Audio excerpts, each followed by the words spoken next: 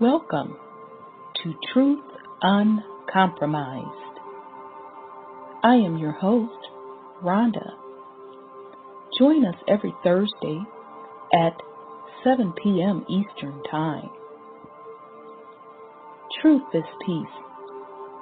Truth is justice and freedom to love, live, and be.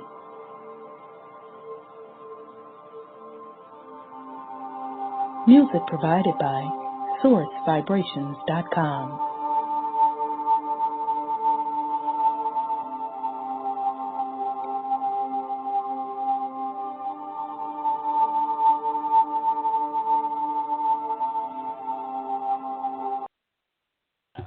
We had technical difficulties, so I'm going to try to bring in Brother Wendell. I don't know why you all couldn't hear me. Hopefully you can hear me now. So let's try this again.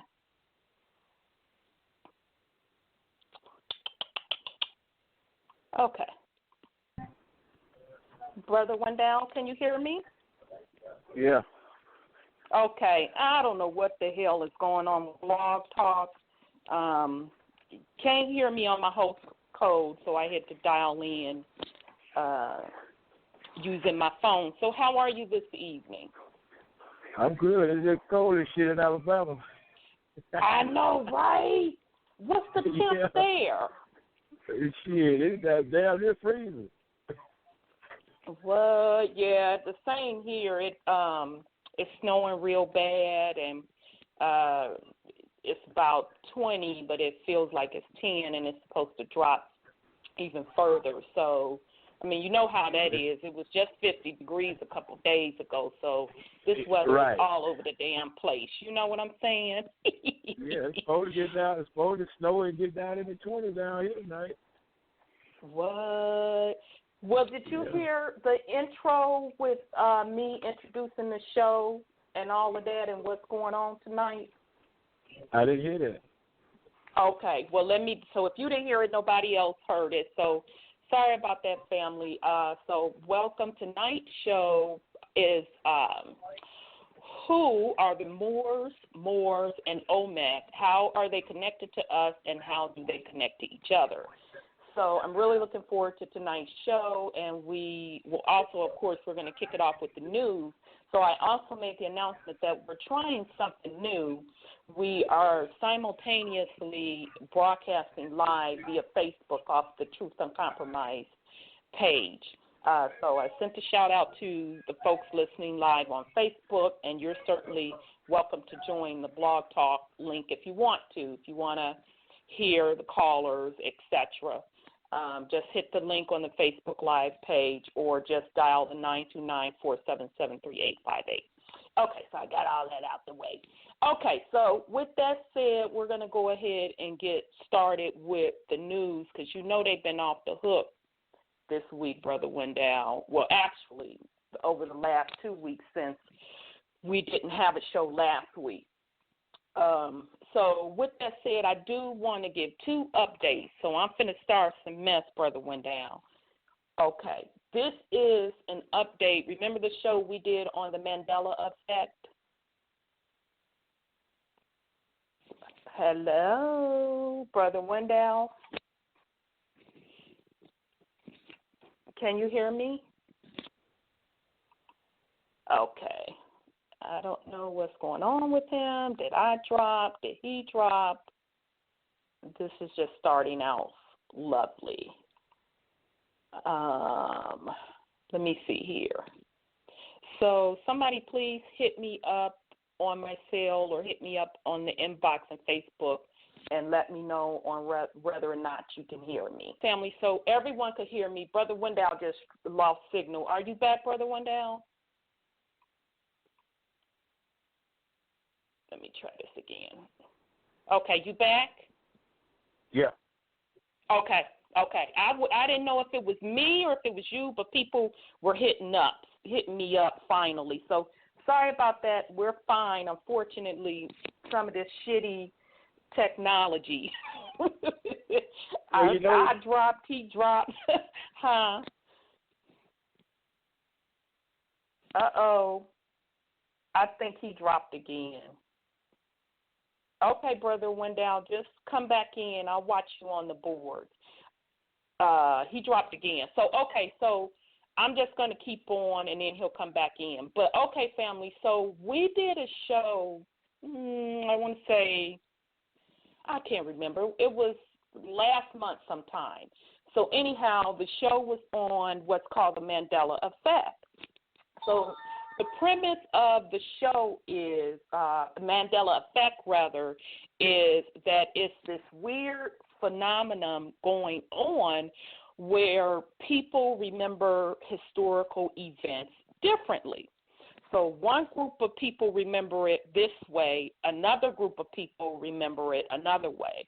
And so they use a lot of examples like movies, like, for example, any Star Wars fans, when Luke found out him and Darth Vader was fighting. Now, this is the back in the day, original Star Wars. He found out that Darth Vader was his father.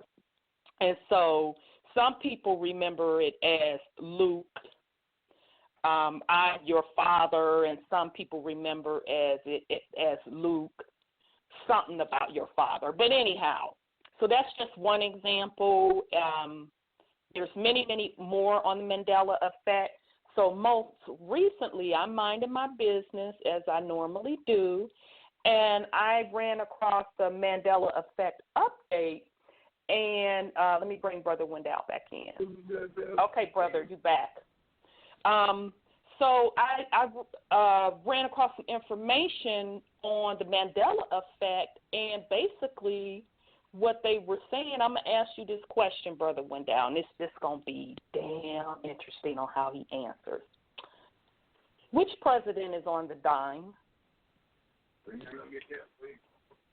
Yeah, that's Washington on the dime, ain't it? Or it's either Washington or Jackson, one of them pops something. Okay, you got two choices. It's either, damn, I done forgot myself. Shoot. Now, that's a shame. I should have wrote it down. It's either Roosevelt or Eisenhower. No, it's Eisenhower. It's Eisenhower. You by your computer? No, I'm completely away from my computer. My computer is 4 hours away. Okay, no problem, sweetheart. Okay, so now I'm minding my so-and-so business. Guess who they say on the little dime now? Who? Roosevelt. Oh, hell.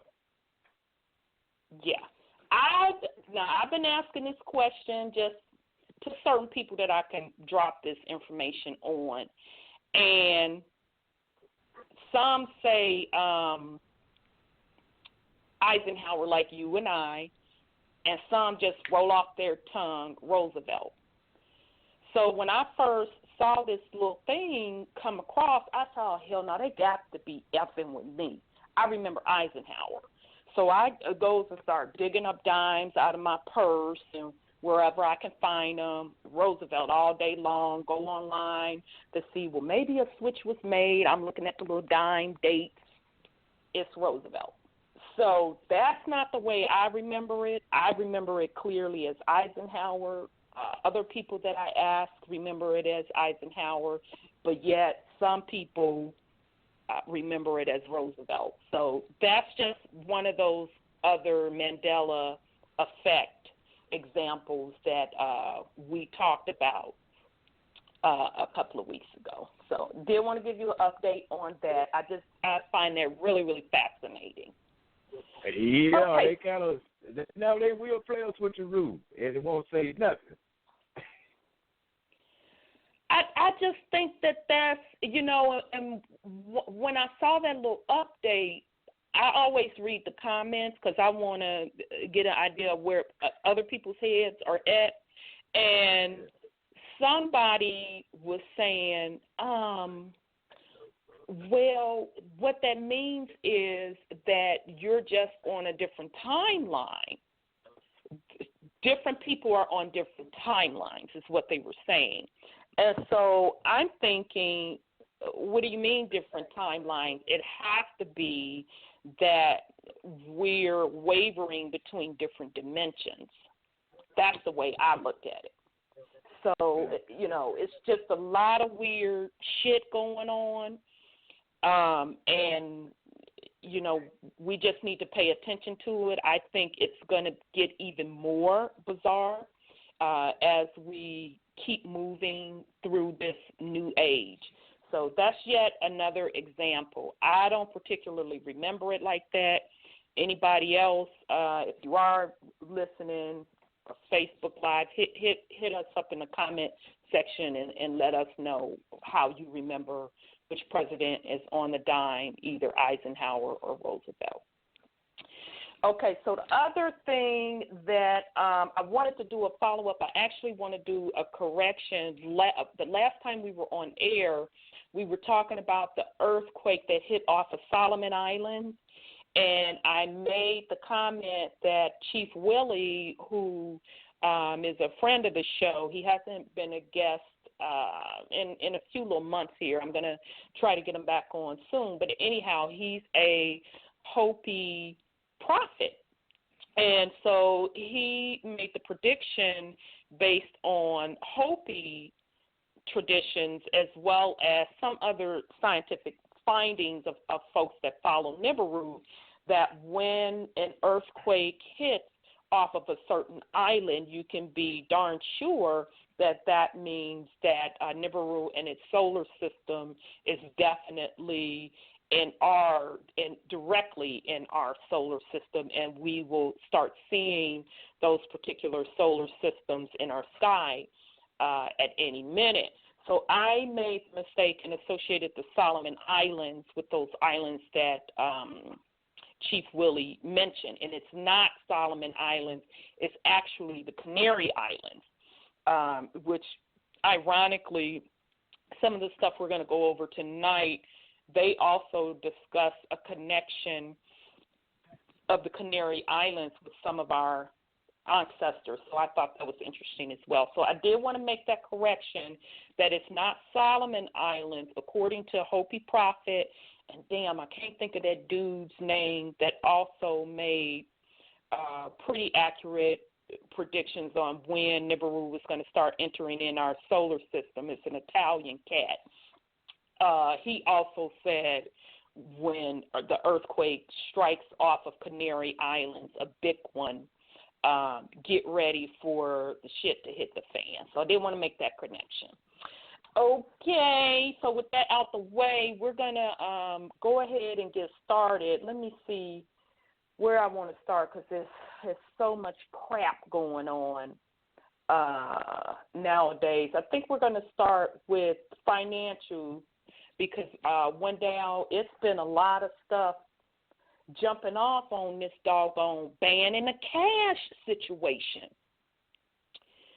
So remember what ahead. happened in remember when we talked about what happened in India? I told you they shit's gonna come over here. Yeah, it's I've been watching it pretty closely, of course, and the good thing about it is that now since that stuff with India happened, and if anybody doesn't know what we're talking about, over in the nation India, folks woke up and they had just straight up removed the popular denomination currency, straight up out of circulation. So India is known as a society that uses cash because everybody doing their little business transactions in cash. A lot of folks own their own little business, so, they doing their transactions in cash. So the most popular denominations, they took them out of circulation overnight and going to sit up and claim is the operative word now, that the reason they were doing it was because they wanted to cut down on tax fraud, and they want people to start using the bank. So it caused chaos. It was like lines around the corner, folks rushing to the bank to try to get those denominations taken care of and open up bank accounts, woo. So we've been tracking this story for a few little weeks now, and Brother Wendell has been telling the family to get ready because that's a sign that they're going to start pulling that shit over here, okay? And then I said, this is what the reset is going to look like. This is the reset. It's not all of that shit that all of them, quote, quote, self-proclaimed gurus were talking about. In my opinion, this is what the reset really is. Okay, so an article came out this week that over the last 2 weeks, because we did miss a week. There's one article saying out of this new website that I'm subscribing to. They have very good financial information. It's called dailyreckoning.com. So you can sign up for their free newsletter, and they drop some very, very nice financial articles for free. And so it says elite, and this article came out on the 3rd of January. It says elites don't need to ban cash to eliminate it. It's a new year, and the war on cash opens on a new front. India launched a major offensive in November when it banned the most widely used banknotes. Chaos was the result. And now Greece is launching its latest offensive against cash. This offensive amounts to a soft ban on cash. Get ready, y'all. This shit, I'm like, oh, they off the hook. We really need to pay attention. Greece may not seem important, but beware. This soft cash ban could be a model for the advanced economies. So in other words, our asses, okay, and the rest of Europe. The Greek news site Keep Talking Greece reports that as of January 1st, Greek taxpayers will be required to make a minimum amount of purchases with credit or debit cards. Here's the deal. If you're Greek and make less than 10,000 euros, you've got to, with 10,000 euros ain't crap, y'all. I don't know what the exchange rate is now, but back in the day, that would have been around $5,000, $5 US. But anyhow, if you're Greek and make less than 10,000 euros, you've got to make 10% of your payments with plastic make up to 30,000, and that number rises to 15%. If you make over 30,000, it rises to 20%. And if you don't play by the rules, enjoy a 22% penalty. Say you make 50,000 and you're required to spend 10,000 digitally, so meaning with a credit card, debit card. But you only spend 5,000 digital. Your penalty would be 22% of that 5,000 you didn't spend. So 1,100 euros. Here's another bug the elite considers a feature. Rent, utilities, loan repayments, transportation expenses, and many other expenses don't count. No, you've got to spend on, now this the part that just, as Sis Sahida would say, straight blew my wig back. They got a lot of MF nerve. No, you've got to spend on groceries, restaurants, hairdressers, dance schools, and the like. What you don't want to learn, what? You don't want to learn the waltz? They're telling a little joke. Go tell it to the judge. Keep Talking Greece explains it like this. Households will be obliged to spend money even if they do not want to.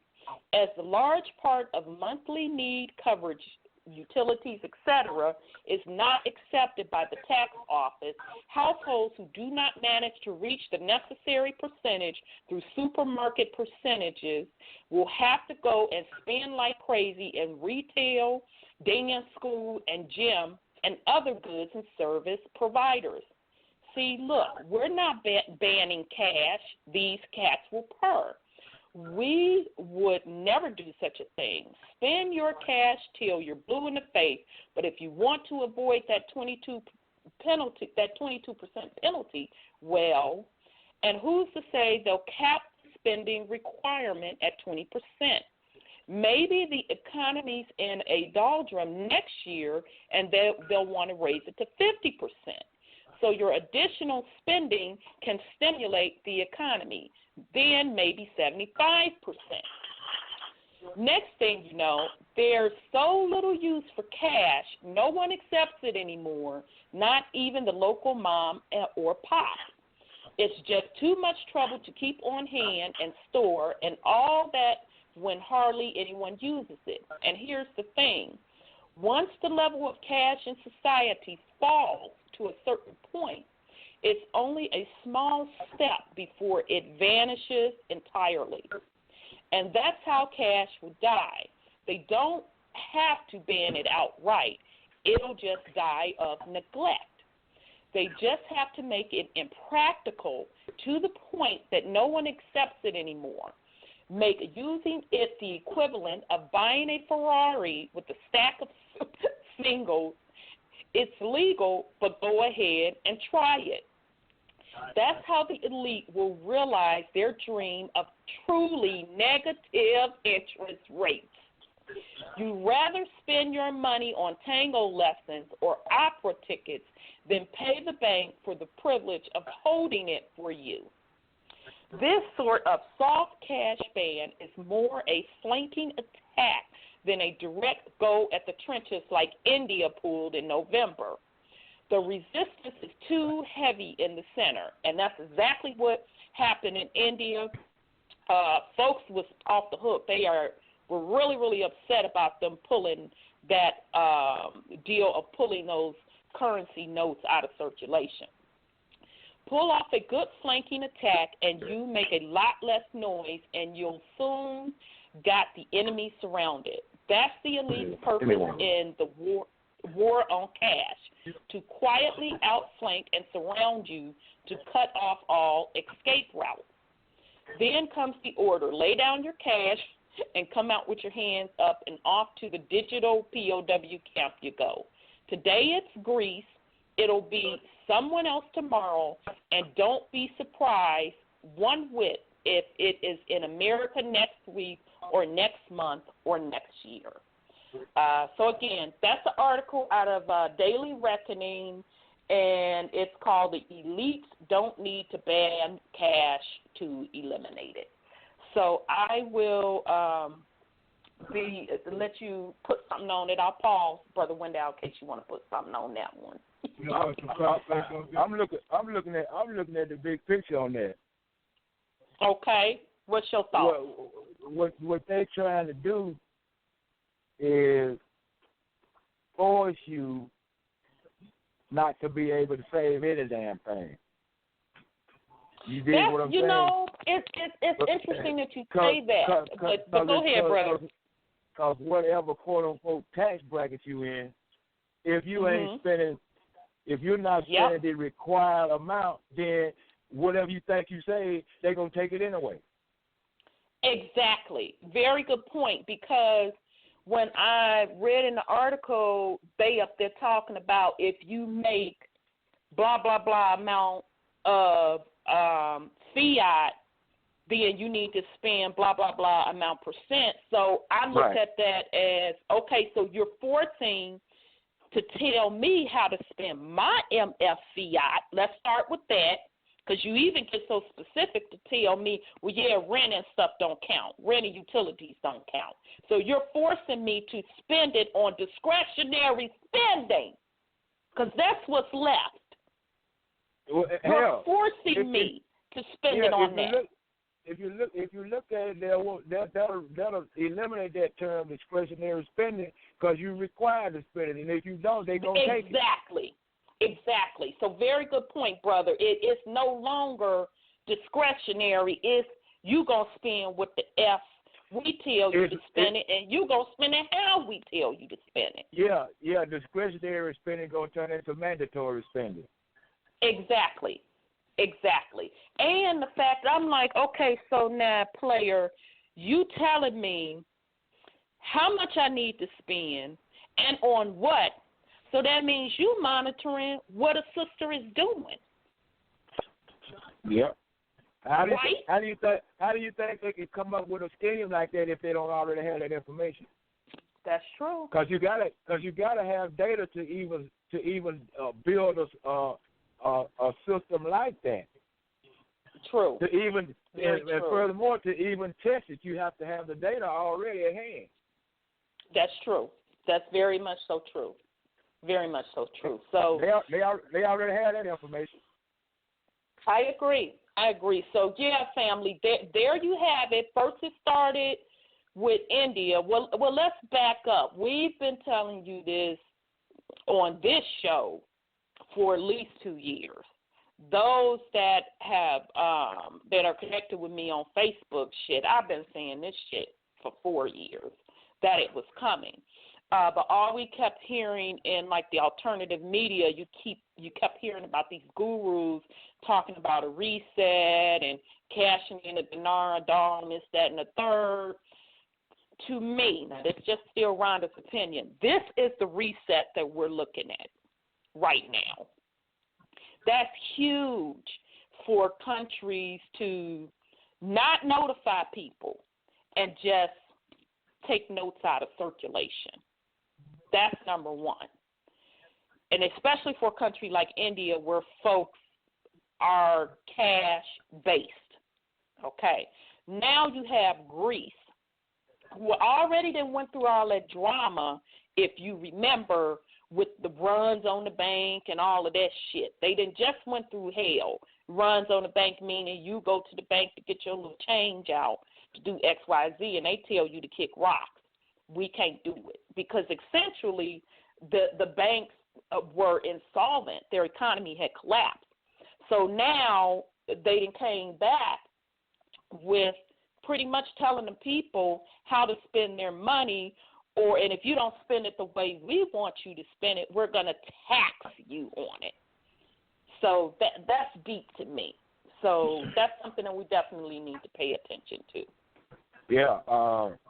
On another front, with taking the particular denominations out of circulation, if you think about it, they've been running that for a long time at the ATM, because you go to the ATM, you ain't get number 20s out there. You ain't going to get no 5, no 100s, no 1, sure nothing. And you damn sure ain't finna get no 50 and no 100. That ain't finna happen. That's out the question. that's a good point. So they've already been running that. They've been preparing for it for a long time. That's a good point. And I heard on that the new 100, because I've had a couple of them, and I specifically asked for when it first came out. Supposedly there's a tracking device in it. There is a strip that goes down the middle of it. It's a pretty bill. So I'm agreeing with you, Brother Wendell. They had already started it on us, but like you said, we just didn't recognize it. Yeah. So that with that new $100 bill, it's not only a tracking device in it. That damn thing will take your fingerprint when you touch it. Well, you better stop playing. I didn't hear that. So for those that didn't hear, Brother Wendell said, boy, I'm telling you, he be coming up with some stuff. That the new $100 bill that they have the stripe down the middle, that's the tracking device. But he's saying that it also takes your fingerprint. So, well, I know they got my shit anyway, but I didn't know that. But I did have it a couple times because I wanted to see what it looked like. I forget when I saw this documentary where they were talking about that, when they were talking about those new bills. When they came out with that, they already had a device to where if you rolling down the highway in your car, they could tell how many of them you had in your vehicle. What? So they can even pretty much video camera. They know what you got on you already. Wow. before they even stop you. They already know what bill. They already know what they already know what you got on you. Now, I remember when that new 100 came out, they were saying that the reason they were doing it, this is kind of the same shit they pulled in India versus India. They were saying that they were trying to stop people from tax evasion. Yeah, right, whatever. But I remember when the new 100 first came out, they were saying that they were trying to stop the drug dealers from having a lot of cash on them, and people that, quote, quote, have a lot of hundreds on them, that's an easy way for them to monitor them. And I'm like, yeah, right, okay, because if you sitting up here telling me this, if I'm a drug dealer, you think I'm going to deal in hundreds? So bullshit, y'all doing it for another reason. So, well, very interesting.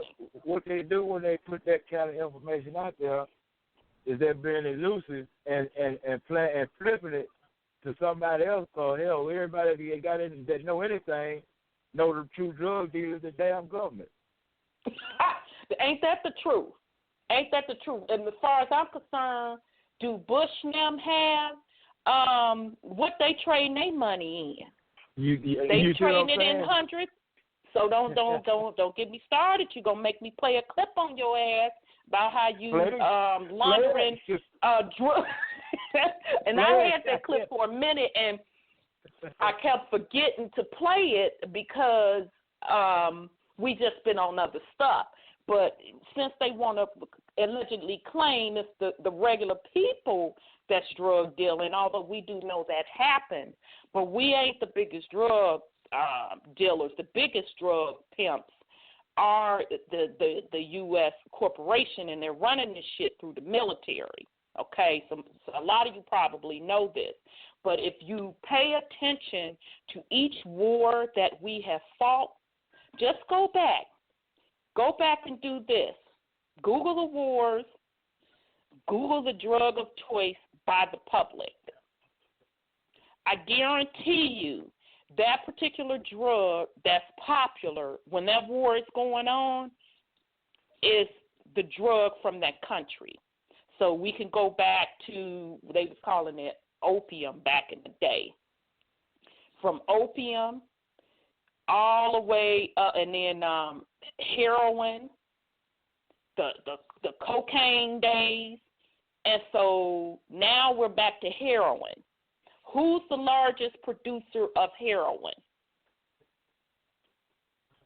Afghanistan. So a lot of people say that's what that war with Afghanistan was really about.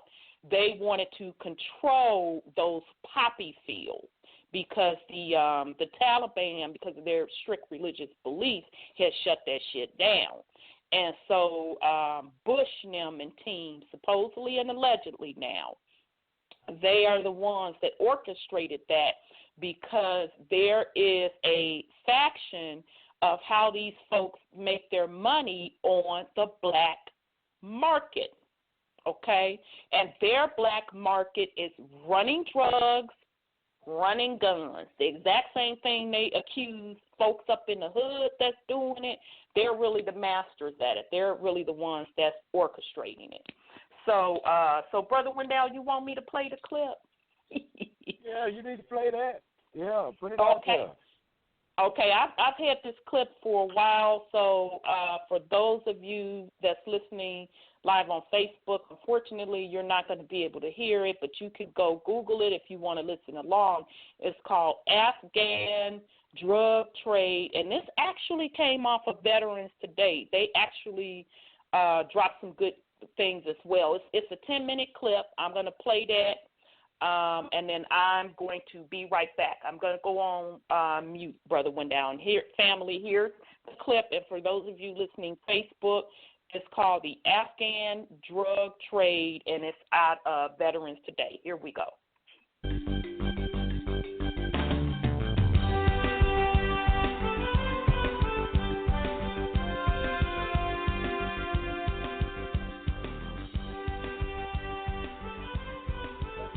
people who work in the areas of international espionage, counterterrorism, money laundering, human trafficking, and narcotics know that Denver, Colorado is the absolute center for a criminal network that involves the Bush family, these individuals, and others, that circles to a large extent around corporations run by the individuals that Stu has worked with, along with Bank of America. As a matter of fact,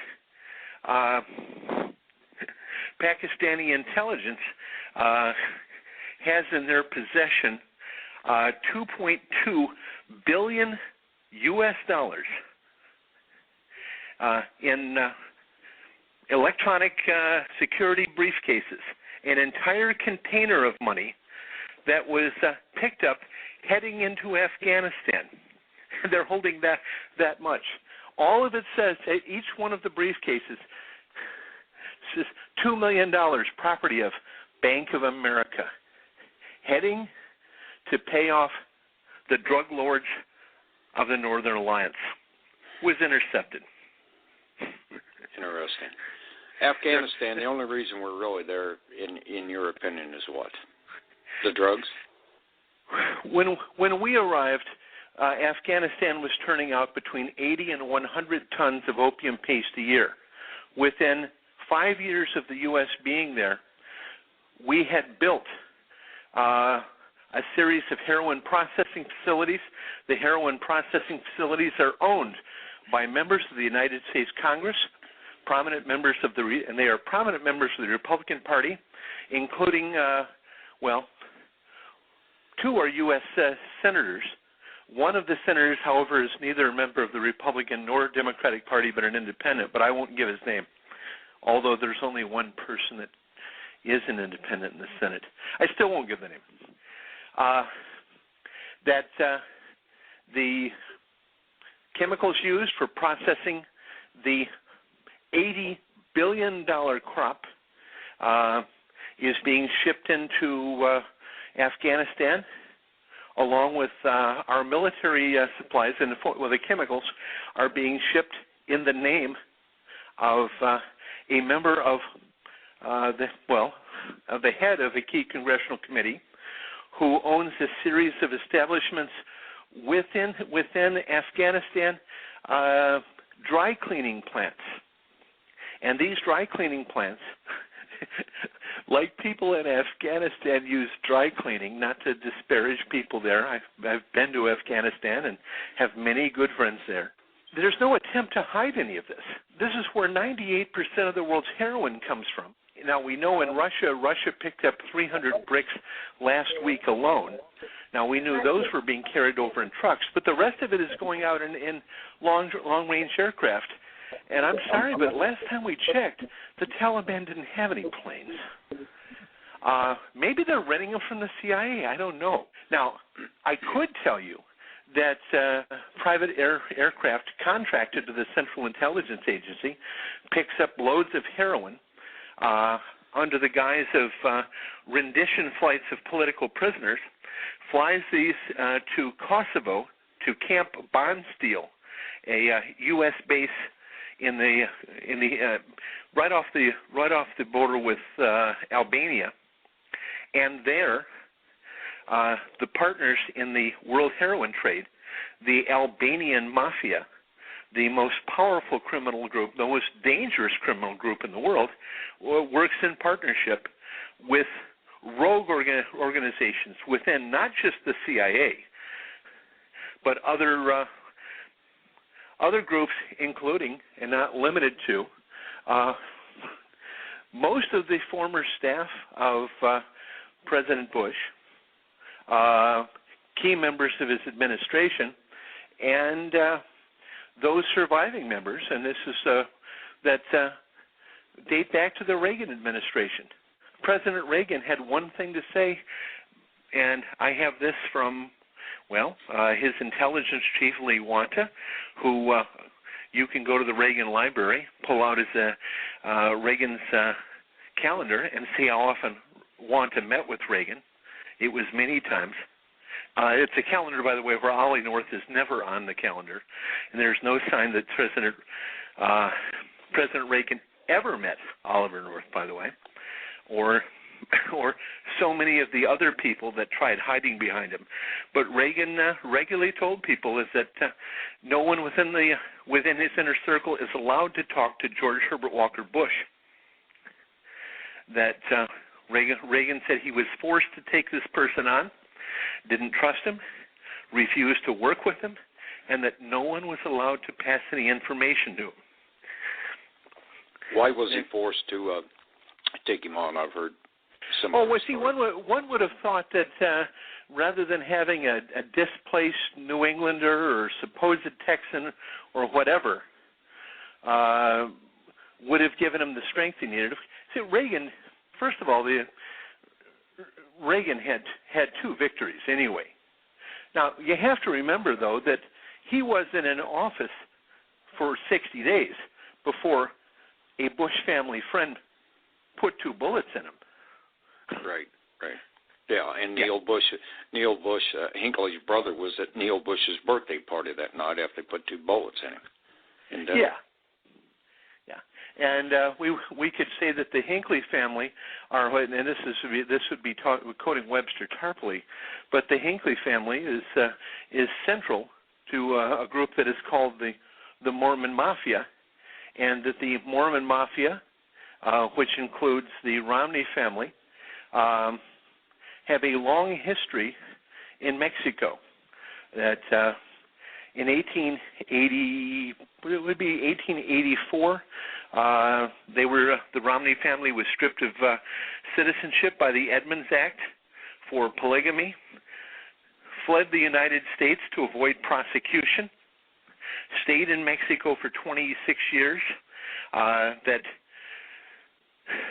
Mitt Romney's father, George Romney, re-entered the U.S., that the family never went through the required legal repatriation and loyalty oaths, which they were required, meaning that the Romney family has never reassumed American citizenship, never. That they consider themselves citizens of, and this is for you people who love historical issues, the Kingdom of Deseret. The family had renounced its citizenship in perpetuity, had its citizenship officially stripped by law, had renounced its citizenship when it had left the United States, and no one in the family had reassumed citizenship at any time. Romney, the lifelong associate of Carlos Salinas, former president of Mexico, and cartel head, by the way. That was his business partner. That's who he went to Harvard with, by the way. They met each other at Harvard, Carlos Salinas. And FBI files indicate that they have spent much time together. So one of the things that actually caused Romney to distance himself, this according to FBI sources, from his active participation in Bain Capital, who, according to FBI sources, is sitting at $1.6 trillion, 1,000 billion, in drug money in thousands of numbered bank accounts in the Caymans, in Switzerland, Dubai, and elsewhere. And they are central to the money laundering schemes and are, frankly, the bankers for the Bush cartel. Yes. Well, there's a Bush cartel. Yes. The Bush family. Stu, why don't you tell our friends here? And this is one of the things I tripped over. Tell them what Jeb Bush does for a living. Narcotics. Who he really is, and what he really does for a living. He's a narcotics dealer. That's basically what it is. Hollywood Air Force Base. How big? Huge. It's all tied up with E-Systems of Dallas, Texas, flying the C-130s in here. Who's his family? Ollie North. Yeah. Pier 66, Miami, hauling drugs in consistently with Ollie North and his submarine company from Colombia. And who else is tied to that? We got the Oklahoma City bombing player, which was the guy that had the gun shop. Has his yacht going in and out of there at Pier 66 continuously.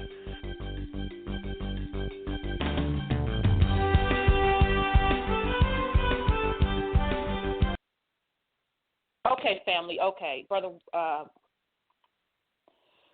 Wendell, let me open back up your line. So there you go. That was, again, from Veterans Day. Mm-hmm. Okay, you back on, Brother Wendell. So that was from Veterans Today, and the title of it is The Afghan Drug Trade. So, Brother Wendell, you're getting a lot of feedback. Hold on for a second. You want me to put you on? Okay, you want me to put you on mute? No, hold on for a minute. Okay. So, so Facebook family, I dropped the link in the comment section. So if you want to check it out, click it because they pretty much diss the tea. I mean, what can you say? The shit runs deep, but yet they want to arrest Ray Man them for selling narcotics, and they're the biggest dope dealers. So we have 2 calls in the queue. Sorry about that. Let me get to you. One is an anonymous call with the 111 area code. So let me bring you in. Anonymous, your line is open. Hello? Anonymous? Going once? Going twice. Okay, I'm going to put you back on hold. Maybe you didn't intend to press 1. So anybody else that wants to join the conversation, press 1 to get in the queue. So let me go to 256. 256, your line is open. Thank you. Good evening, Wendell. He just dropped. He's going to come back on. He's been having a lot of technical difficulties. I just saw where he dropped again. So he'll dial back. Okay. Oh, thank you for inviting us over to the show tonight. And that clip you were playing, I'm snug and warm. It's cold. And I'm under 4 blankets and my little puppy at my feet. Oh, well, that's sweet. And that clip was wonderful. I could listen to more of that clip. Yeah, and if you want to hear it, go to the Truth Uncompromised main Facebook page. I dropped the click. I'm sorry, I dropped the link there. I had it for the family a couple of weeks now, but we've been, we always running over and doing different things. So I'm glad we got a chance to play it tonight because when I first listened to it, I already knew that information because it had been going around those of us that, do our research and look at the alternative media. So I knew that was the case because I first got hip to the government or the U.S. Corp in the drug trade when the crack era, after all of that happened, when Freeway Ricky Ross got locked up out of L.A., and dude did Gary Webb. He wrote a book on it, and they actually made a movie out of it too.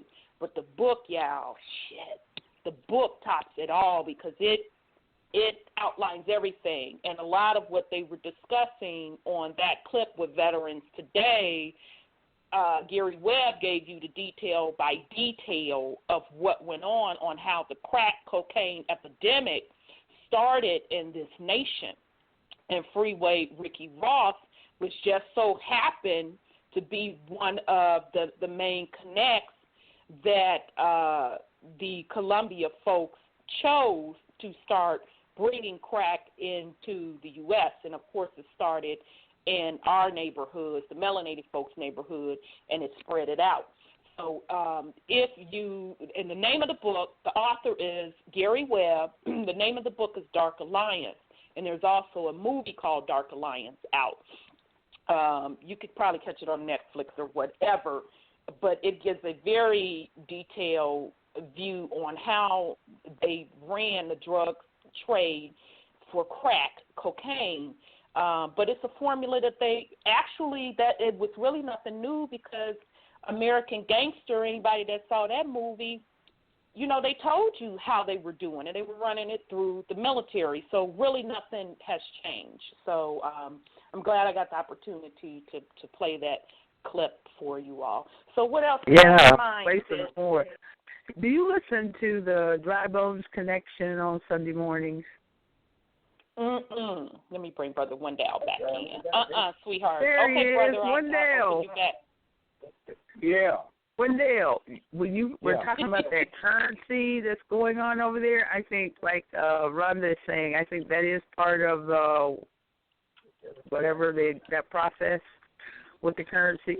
Also, like you two are pointing out, like if they're making so much and they have to spend and they don't have anything they can save or tuck back, won't that make them very vulnerable when all this tightening comes and positioning the people to not have anything and really the starvation?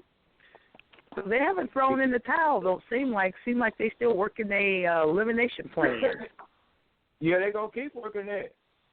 You just believe it because they know a lot of people gonna buy into it. Because they ain't gonna believe anything else. You forgetting something. You forgetting one word to start with a B: brainwashing. Yeah. And those people, you ain't gonna be able to tell them nothing, and ain't nothing you gonna be able to do about it. And like you were saying, the book, Behold the Pale Horse, William Cooper, in one of those chapters, he talks about how they can get so far, and then when this new technology comes about, it adds to whatever they already have. They always keep in place these think tanks and these other groups that's pushing forward their agenda using the new technology. So like he said, all those formulas were created in the 30s and the 40s. Absolutely. Absolutely. Yeah. Some people even say that they plan 100 years out. So they plan, in other words, they plan for the entire century. Yep. Thank you. It's very informative. I appreciate it. And all I can think of, like, I think you asked the question, what can we do? I think we need to think about if we have to stay inside for a couple of days and not go out, can we maintain? Right. So that's why it comes back to what Brother Wendell is talking about, and when we joke every week about the pack of dogs. We're joking, but we're kind of serious also that, as folks are trying to sit up here and accumulate currency or trying to accumulate other monetary gains, we're being shown every day that they manipulate that. So what you need to be trying to accumulate is your damn survival. Make sure you got toilet paper to wipe your ass. Make sure you have drinkable water. Make sure you have water to wash your ass. So that's what we keep saying. Yeah. It might sound like a joke, and we might make a little light of it, but it's on a serious note. You better use this shit while you can, because they ain't gonna. You ain't gonna. At some point, you ain't gonna be able to use it. Bottom line. And they're doing it everywhere. They're doing it, and they're showing it. It's happening, and it's like, why not us? And when? Anyway, the book, Behold the Pale Horse, it is on audio book. Yes. And you can listen to it on YouTube. Anyone who hasn't done it yet, we still have a few more days because she hasn't started reviewing it yet. So no, we're not. I know Sis Divinity and I, we want to review that book. And for my Facebook family, Sis Amir is on the line talking about the book Behold a Pale Horse by William Cooper, who about how they'll use the technology and how they started planning a lot of this stuff way back in the 30s. So she was just telling the family that that's another good book for us to get under our belt for those of us that haven't read it. A lot of us have read it, but now they have it on YouTube, so you can literally just go to YouTube, listen, and stop. But so is that going to be one of our powerful? Is that going to be one of our 2017 projects to review that book, or? I am trying to work on it. I had to give Sister Divinity time to heal. I know for me, it's given me more time to go through the book because it's so much information there. You're like, you got to be kidding me. So we're definitely working on it. Heads up, everybody. Go listen to it. Get a head start because you're going to need it. I listen to it and I fall asleep on it every time I have to start over. Yeah, so I appreciate it's all so the much time. There. Yeah. Nobody else has really said anything because it's a lot of information in that book, and it takes you a while because I'm actually reading it because I had listened to the YouTube. I think I got halfway through. So when we're reviewing the books, we literally read it through once, then we take our notes, then we go back and do chapter by chapter and plan the shows. So it takes a while to get through those chapters to take notes to review. Well, Blockbuster 2017 to all, and I'm going to yield. Okay, Sis Amir. Thank you so much, sis. Peace and love. Okay, we have another caller. I think this is my girl coming back, 661. Let me open up your line. 661, your line is open. Hello. Hey, welcome back, sis. How you feeling, beloved? I haven't gone yet. I was just doing all the prep. I thought you had went. Okay. Next week it just takes so long to get cleared and going here, going there, and so I'm like, okay. Okay. Well, we certainly missed you, but I get it. Yeah, I missed you. I was down last week, getting my prep last week, and it's like, okay, any more? I got one more. Okay. Yeah, well, just hit me up and keep me in the loop. All right, I certainly will. I just want to say that once come out of having their head stuck in the ground like an ostrich and their butts up in the air and become willing to see the world as it is and not what they think it is. As the way it is. Exactly. Then they will have some rude awakenings. Really rude awakening. I read Behold the Pale Horse and The Big Secret, Biggest Secret by David Icke.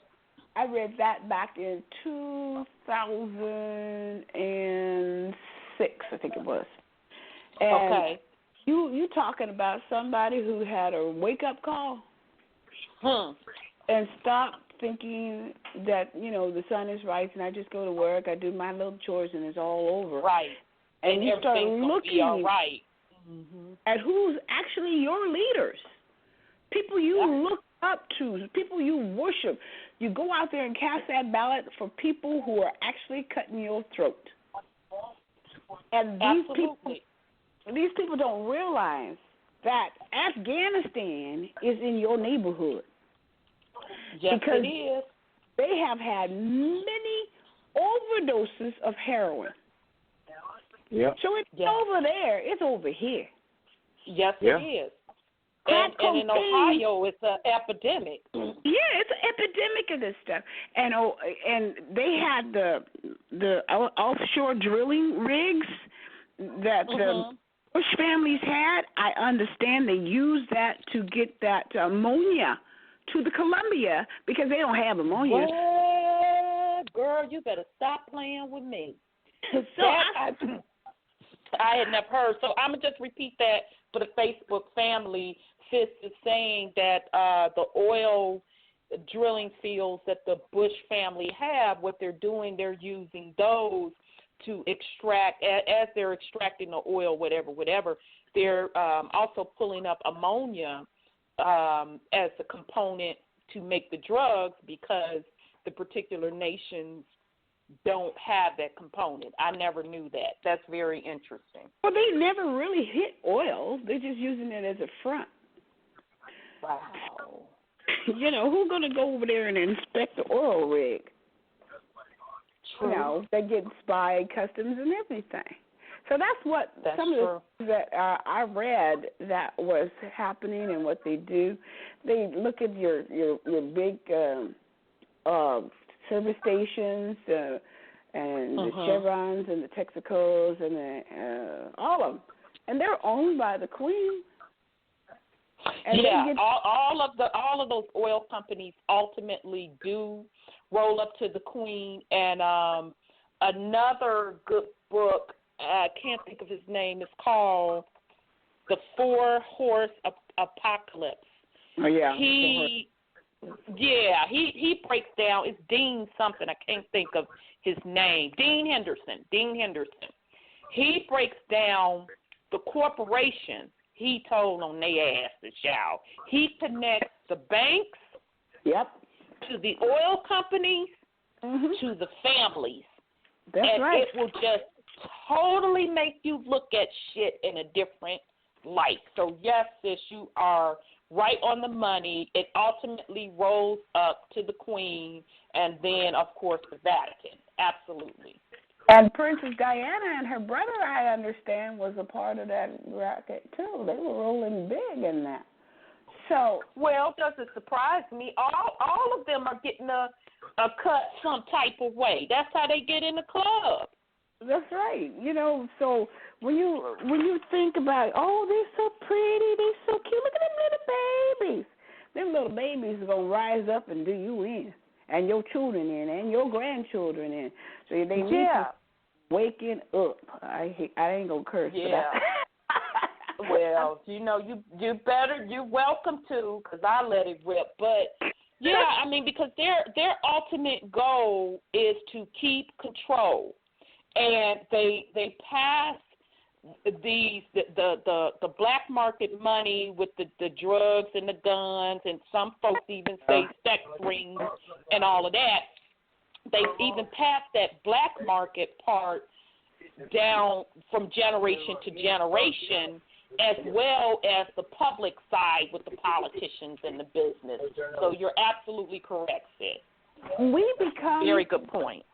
Guinea pigs. We are the sacrifice. Our children are the sacrifice. They use little thugs to do this stuff, but it's coming down from the big guys. Yes. They make legislature. Okay, Brother Wendell, you got a lot of feedback. You want me to mute you, or you're going to mute yourself? You cool? Okay, all right, I'll mute you. Okay, and I'll just bring you back in. Okay, sis, go ahead. Well, we are about to go into a time frame that Dr. Phil talked about, that these folks going to stop that mess. Because the transition that we're about to make into the galactical plane and all that kind of stuff is going to separate the wheat from the chaff. And the ones who want to continue to play these games with humankind and mankind, they are going to pay. But we also have to understand, too, that there's too many factions on this planet. And you did it in the book of Inky. Mm-hmm. There's humankind and there's mankind. Yeah, mankind, absolutely. And the prime directive is to wear what? The flesh of the human. You can't come here looking like you came from that other planet looking like. Right. So everybody who wears human flesh is not human. They just have the cloaking. So maybe they look good. Maybe they smell good, nice and tall and handsome. But people have to start realizing we are not alone. No, we're not. And not only are we not alone, and there's different entities and beings here, but they are dressed in the skin that we know.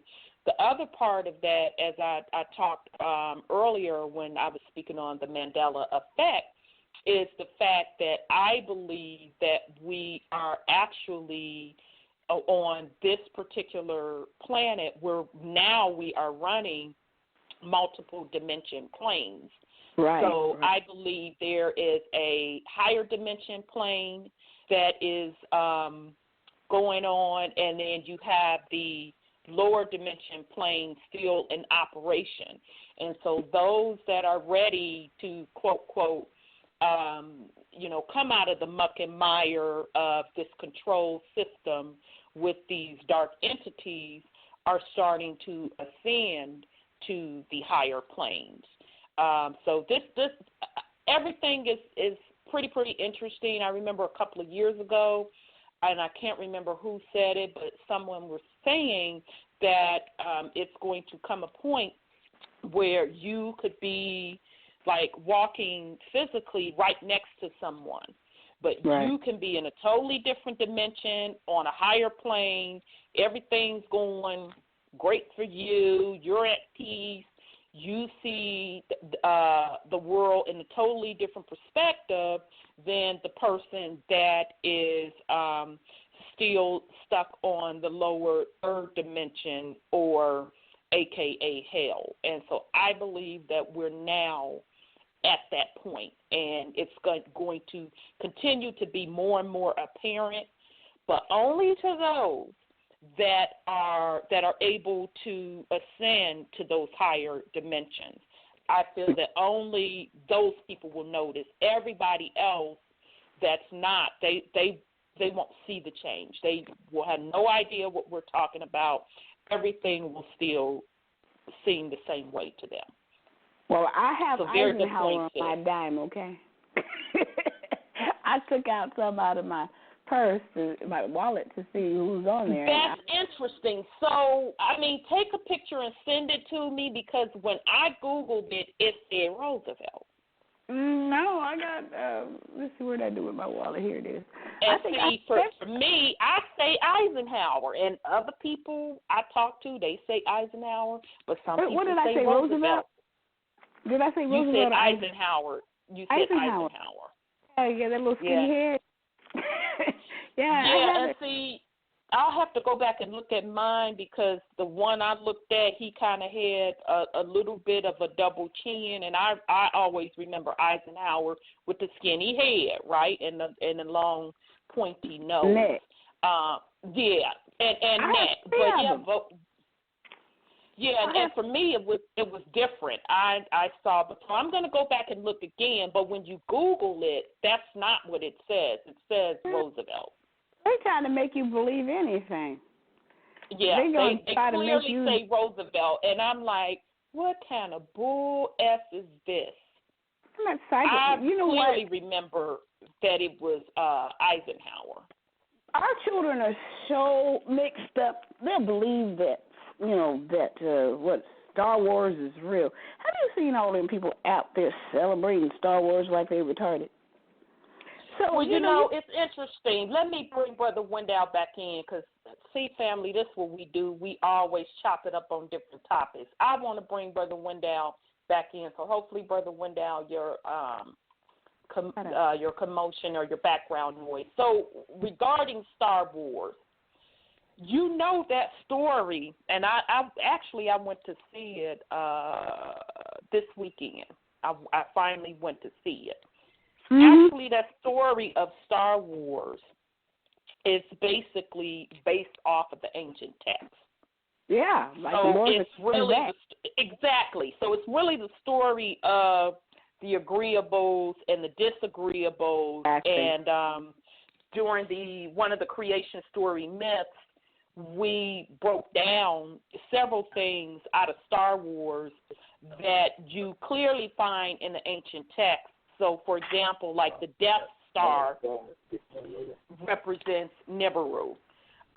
So I'm saying all that to say, unconsciously, people that don't know that, don't even realize what they're looking at before them, that it is just really the ancient story on how where we are on this particular planet, how all of that came to be. But, of course, like you said, all of these big fans, they don't even see it that way. But like the Force Awakens. Okay, let's go to 5777. And 5776. Yes, I know that's your thing, the 577 and the 5776. Yes, You're supposed to wake up in 5776, and they're going to return to their own land. So this is your topic about the Moors, right? So, and they're supposed to return to their own land and their own property, and they're going to start in 5776. And they did. And what year does 5776? Because she's quoting the Hebrew year 5776. So what does that year translate in our world? September 14th to 15th of 2015 to October 2nd and 3rd of 2016. So from September of 15 to 2015 to October of 16, the 2nd and 3rd of 16, that was 5776. Now we're in 5777. And so, according to the Bible codes, Judah was going to start a rising. And see, that's one of the premise that the Moors are going forward on, and they are going to be back because we were supposed to return to our ancestral possessions. Right. And every man to his own family. Leviticus 25:10. And we're supposed to stop worshiping idols, the European gods. Exactly. And go stop to our own self. And go back to the roots. Right. That's what we're supposed to do. So these people. I got a question. Yes, dear. How in the hell are we going to get the masses to come off of Jesus? Well, this is why we're moving in the galactical plane, because the planet is being hit by solar radiation, gamma rays, proton rays, helium rays. It was just a rhetorical question, you know what I'm saying? But all that stuff is going to wake up they say the pineal gland and take the blinders off of people. But I would tell anybody, all you got to do is ask for truth. If you're brave enough to get out of this matrix they done made for you, get out of this. Get out the matrix. Get out the matrix. The problem. Get out of your religion. See, religion is made for man to get to God. But God don't get to you through religion. No. It's not made for him to get to you. Not when you're an aspect of the main piece. You don't have to go nowhere to get through to that. Thank you, brother. You understand what I'm saying? Right. It's within you. Absolutely. It's in you. Right. Every man has to work out his own soul salvation. I think that's the book. That's Ezekiel 20:20. You got to work out your own soul salvation. And I'm gonna put this out there for all the people in the family to understand that Jesus, the one they say, is not the real deal, and he did not come to die for your sins. He came to warn you. He fought the money changers. Who are you talking about when you talk about these drug cartel people? Money. Yeah. They're the ones. The bankers. Pretty much the bankers. Right. Yes. And they're going to lead you where? Into sin and destroy you. Because they're going to give you a false doctrine that says, oh, I paid it all. And he always asked, they use some of his words, of course. He asked his disciples, who do men say that I am? Right. Because he wasn't on that vein that they were on. Right. So he came to fight the Bushes, the Rockefellers, the whatever, the senators that's, dipping and dabbling in all this. Yeah, it's more like he came to expose them. Yeah, he came to expose them. I agree. That was part of the warning. See, he exposed them. And they hated him for that. They hate him for that. Right. Well, just like they hate the people today that are pretty much doing the same thing. It's literally an all-out war on truth. Yeah. Literally. It's an all-out war on truth. Truth is set free. That's what he said, didn't he? See what the masses of people don't get the picture on is right now there is a war going on basically for true information. Yep. Yes, it is. When true information is exposed, then the ones who have the ultimate control of the internet will yank it. They will yank it off. Oh yeah. He said they'll snatch some stuff down in a minute off the internet. Absolutely. They will snatch it down, and then when you go from that part to the other communication part, they can cut that off too. Yes. Yeah. They cut it completely off.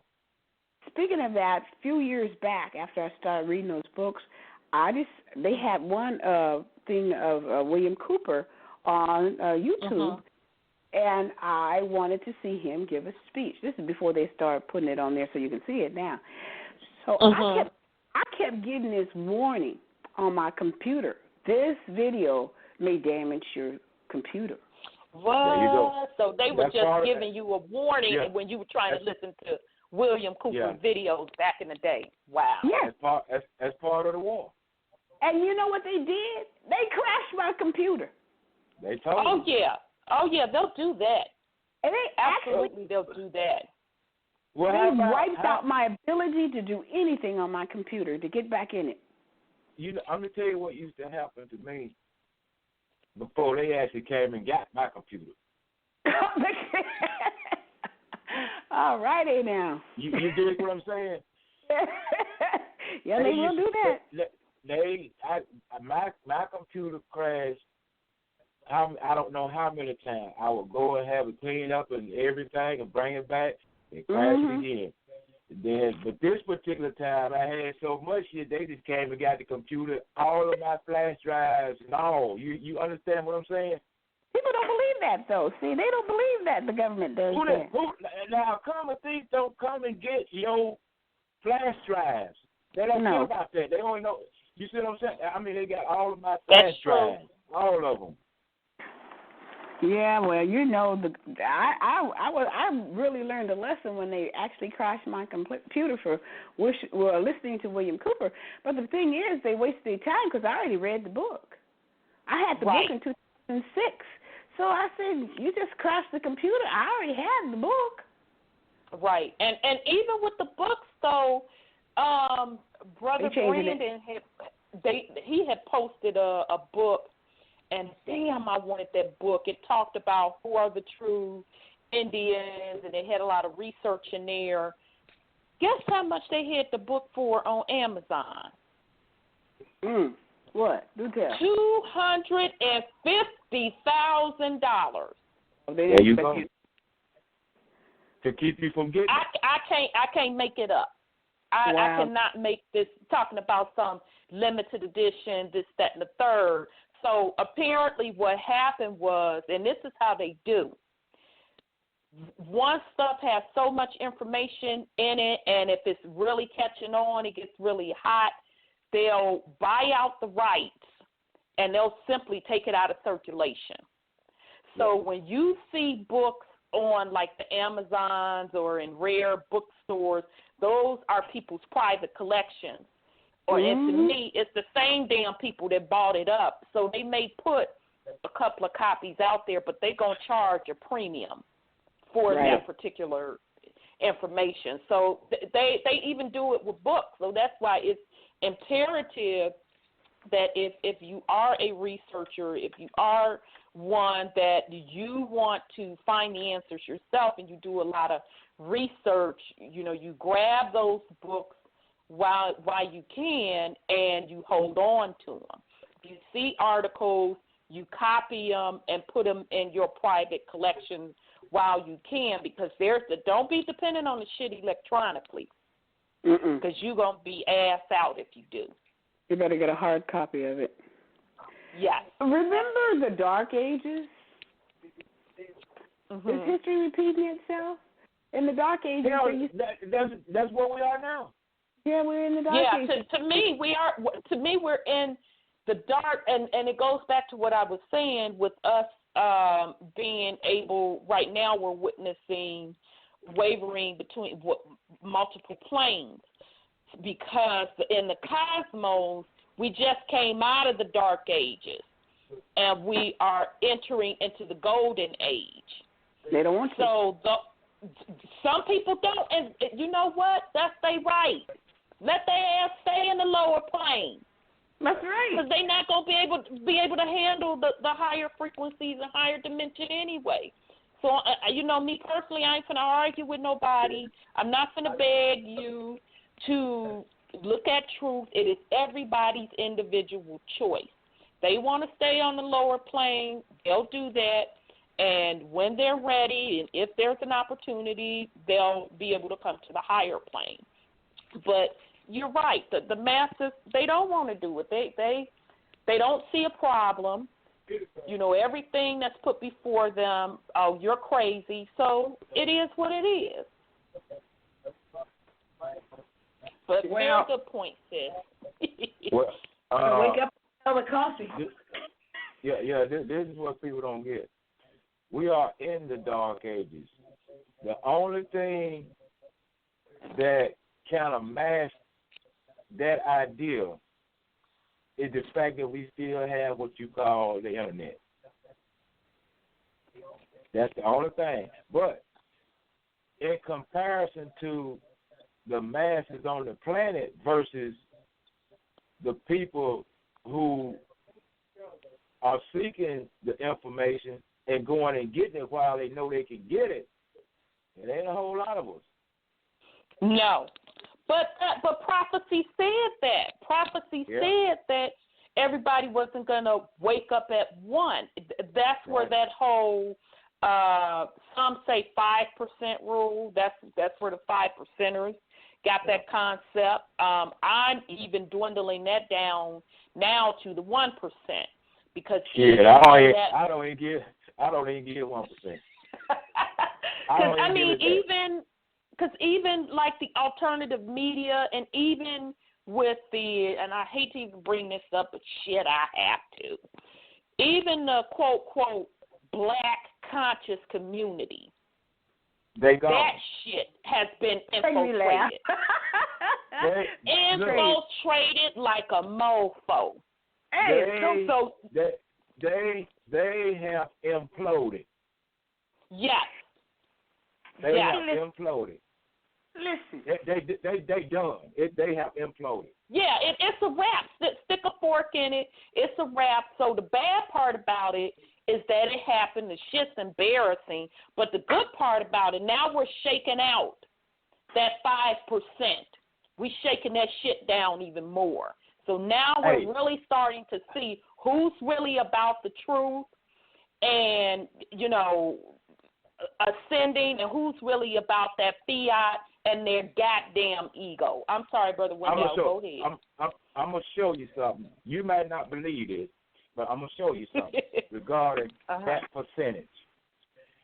Keep an eye out on what the banks claim they will pay you in interest, and compare that to the number of people out here who are looking to the truth, and see if that shit match up. Woo, baby. That's the new. So you saying, I got to repeat this, damn, where my little bomb sign, because that's a good one right there. That's pretty bad. So you're saying basically that if you look at the bank interest rate on what they're willing to give you for the fiat that you deposit in their bank, it's close to the same interest or percentage of how many people are truly awake and truly have the particular high frequency to get things done and get truth out. You check that out, because guess what? Anybody in their right mind walk in a bank and read a poster that says they're gonna pay you less than a half a damn percent on your money. Yep, it's less than a half. It's an interest rate. It's less than 0.5%, family. You got to be a damn fool to put it in there and let it sit, because they just gonna take it from you. Yeah, they're gonna take it. They say they are. That's what I heard. And that's where the negative interest rates come into play when you start paying them to hold your money. And it makes sense, Brother Wendell, what you're saying, that the percentage rate that the bank offers is also the same percentage of people that are awake to the truth, because they have been sneaking in that they're going to start monitoring and passing laws on fake news, et cetera, et cetera. And we know that that's for the alternative media. They trying to shake out that 0.5% that's hitting hard on their ass. It ain't going to work, because that's not the vibration frequency that we're on, because the veil has been lifted. That's how we're able to get all this information. So it don't matter what they're talking about. That's why we're able to do what we're able to do to get the information, not only just to physically get it, but to also get the downloads from the ether to really bring that shit home. Because that veil of secrecy, all that shit that the secret society was learning, all that shit is accessible to us now. It can't be stopped. And see, the kicker is this. These same people who have claimed or who had claimed to be so conscious, they either are ignoring the fact that these same people are big-time numerologists. They run the fucking system off of that. Yes, they do. They are big-time numerologists, the same people that's running the system. Absolutely. And you best believe that fucking interest rate is playing a part in this. Oh, yeah, they use numbers. 9/11, 11/11. Oh, yeah. That's our magic from our ancestors. Oh, yeah. It's our ancestors' science, all of that stuff that they got out of the secret societies, that the skull and bones and all that other bullshit. That's nothing but the science from our ancestors. That's true. Yeah. But we had forgotten about it. It was hidden from us. Now that veil is lifted. So let's say, exactly, that's what Leviathan is all about. So let's just say for Green that they want to, we wake up tomorrow and they want to clamp down on the amount of information on the internet. The shit don't fucking matter, because everybody just really wants the 0.5%. We getting so much download. We lay down or can meditate and get the motherfucking information. So it really don't matter. I know. Yeah. But you know what? We got to get our own to stop going for the money and start going for righteousness, because. Wait a minute. I'll let you go, Brother Wendell. Wait a minute. Now hold on. Oh, Brother Wendell, you just went in reverse, baby. Didn't you just say a few minutes ago there's a whole lot of motherfuckers on this planet that look like us that is not us? That's right. That's right. I did say that. You got me on that one. Once you put it out there, you got to understand something. I'm listening to you. I know, that's true. And I'm not going to let you make that mistake. You understand But what they I'm saying? push them. They are so persuasive, these people that use that black power stuff. And yeah, they know the black power, aunt swinging, murk incense burning. But it really doesn't matter, though, because the veil has been lifted. It don't matter what clothing they put on to try to close. That shit gonna be exposed anyway. And as I say that cloak is gonna be taken off. And so now, correct me if I'm wrong. Were we not all individually minding our mofo business? And then next thing we know, it's a beef between the conscious community of the two self-proclaimed conscious leaders. Nobody else sparked that shit. They told on their damn self. Yeah, that's true. Yeah. You know, I was looking at Yahoo yesterday, and there was some singer in Israel, a Jewish singer, who insulted Obama and called him a black person, which is a derogatory statement. But yet we walk around there and say we black, and black is derogatory. It's civilitas martus. It doesn't sound like a mortuary, that martus. You're civilly dead. Civilly dead, yes. You're civilly dead. To associate yourself as black, absolutely. If you represent yourself as black, and I spoke to a supervisor of a state health department, and they hide it now in a confidential file. But it piggybacks. I mean, it camelbacks. Excuse me, piggy. I don't want no pigs. It camelbacks. Camelback. Right. to the mama, and your father, what they put in the confidential file. So if you go to a police car and they're looking for somebody, let me tell you, they know what that person looks like. They know what job they have. They know what their ancestors are racially. They know it all because they have these files hidden. And a lot of these people say, well, it's not on my license. It's not on my birth certificate. Baby, they got you. Because if you say you were colored, Negro, black, they got it. Yeah. And they're the ones who gave you those titles. Right. And I'm sorry, go ahead, sis. I said they're no good. They're no good because they're slave titles. And well, so I actually have a clip, and I was going to play that clip last by a brother named O'Shea Kafour. I may be pronouncing his name wrong. I just got hip to him. And he specifically talks about all of these classifications because that is what you're describing when folks are describing themselves as black, Negro, African color. It's classification. African American. You can't be on two continents at the same time. Absolutely. And guess Absolutely. But guess what? It's actually worse than that. See, that, with what I know, that all is a distraction to keep you off the real information. That's right. Exactly. Because the real thing they want to keep you away from, those little few classifications right there, it's off the charts.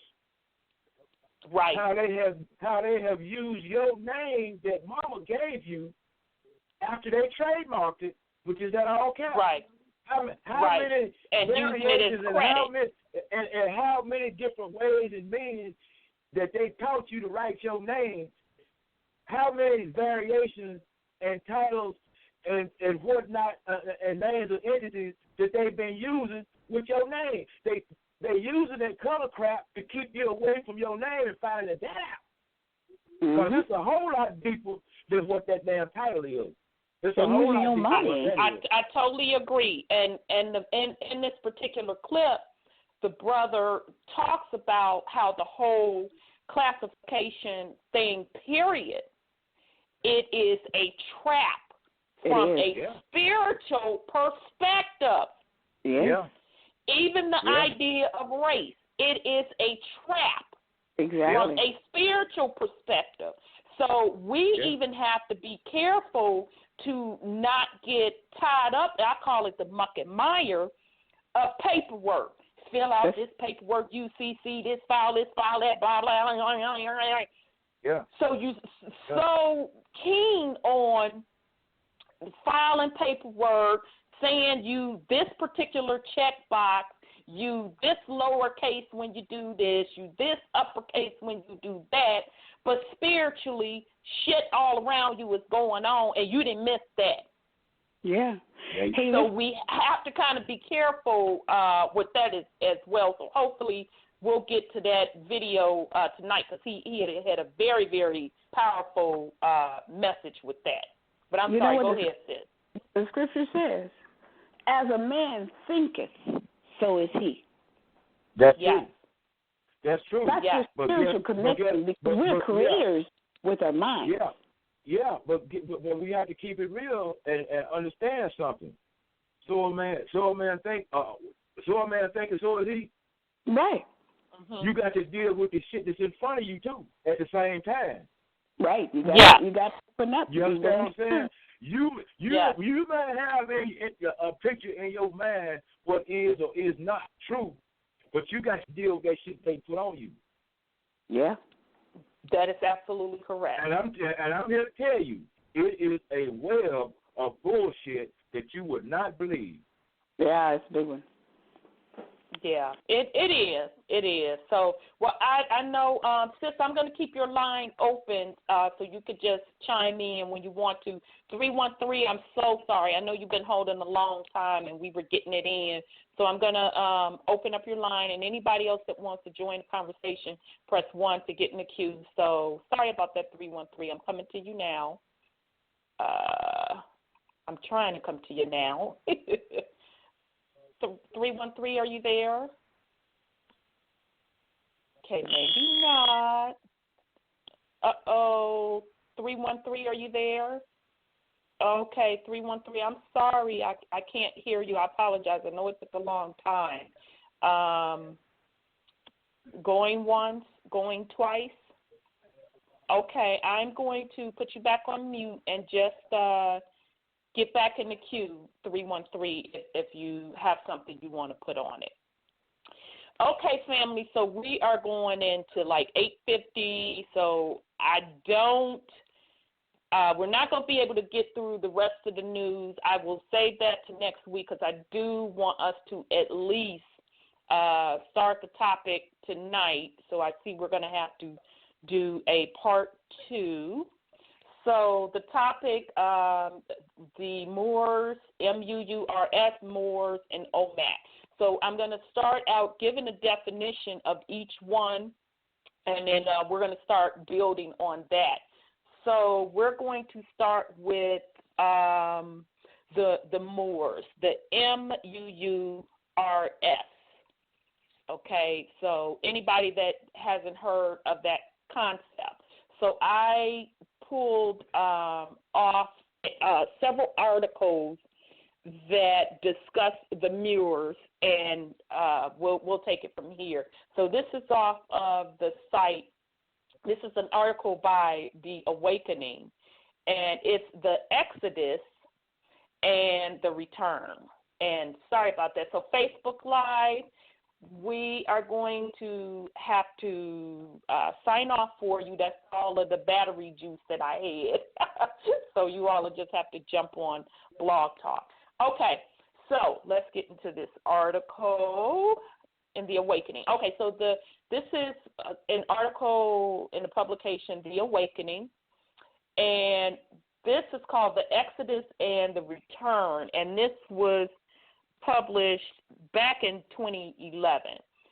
Okay, so it starts off talking about a Professor Stephen Oppenheimer, PhD, is a British geneticist and an honorary fellow of the Liverpool School of Tropical Medicine. He carries out research in the fields of genetic and human prehistory. Using recent advances in population genetics, climatology, and archaeology, he has put forth a theory that Homo sapiens immigrated from a single geographical location approximately 80,000 years ago. Now, of course, us here on the Truth Uncompromised show, we can go back millions and millions of years based on the research that we had done. So nonetheless, okay, so much of Dr. Oppenheimer's theory relies on recent advances in studies of mitochondrial DNA that was passed down from the mother, as well as Y chromosomes that were passed down from the father. In so doing, he has traced the evolution of modern humankind to one woman who is common of African ancestry. And so they put a quote, "We the Moors have the blood of every nation flowing through our veins, thereby bringing about a cross spirit." So that's a quote from beloved Noble Drew R. Lee. On Earth, the Homo sapien was the result of crossbreeding of the genes from our native Earth primates with those of different races from other worlds. So, sis, there you go. Man of Earth was created by highly evolved races who use their own DNA in blending. Okay, so Brother Wendell did an excellent job when we were chopping it up with the Lost Book of Enki on how all of that went down, so you can go back on the archives. I cannot express enough that it is well worth it. Okay, so when the denser physical body was raised up from the lower primates into the humanoid form, it was that form we inhabited. It was that form in which we projected our consciousness. At that time, there was only one ocean, but 80,000 years ago, great cataclysm broke apart a large portion of Earth's landmass. One large exodus of human beings then spread throughout the world. God said, "Let the water under the sky be gathered to one place, and let the dry ground appear." That was Genesis chapter 1, verse 9. Our ancestry can be traced back to Africa. And, Brother Wendell, can you still hear me? Yeah. Okay, I just want to make sure. Our ancestry can be traced back to Africa because thousands of years later, during the deluge that sank both Atlantis and Lemuria, the energies of ancient Lemuria were moved to Egypt, which is located in East Africa, the exact center of the Earth's landmass. It is because of the reversal of the Earth's magnetic poles, which occurred at that time, that Lower Egypt is geographically located above Upper Egypt on a map.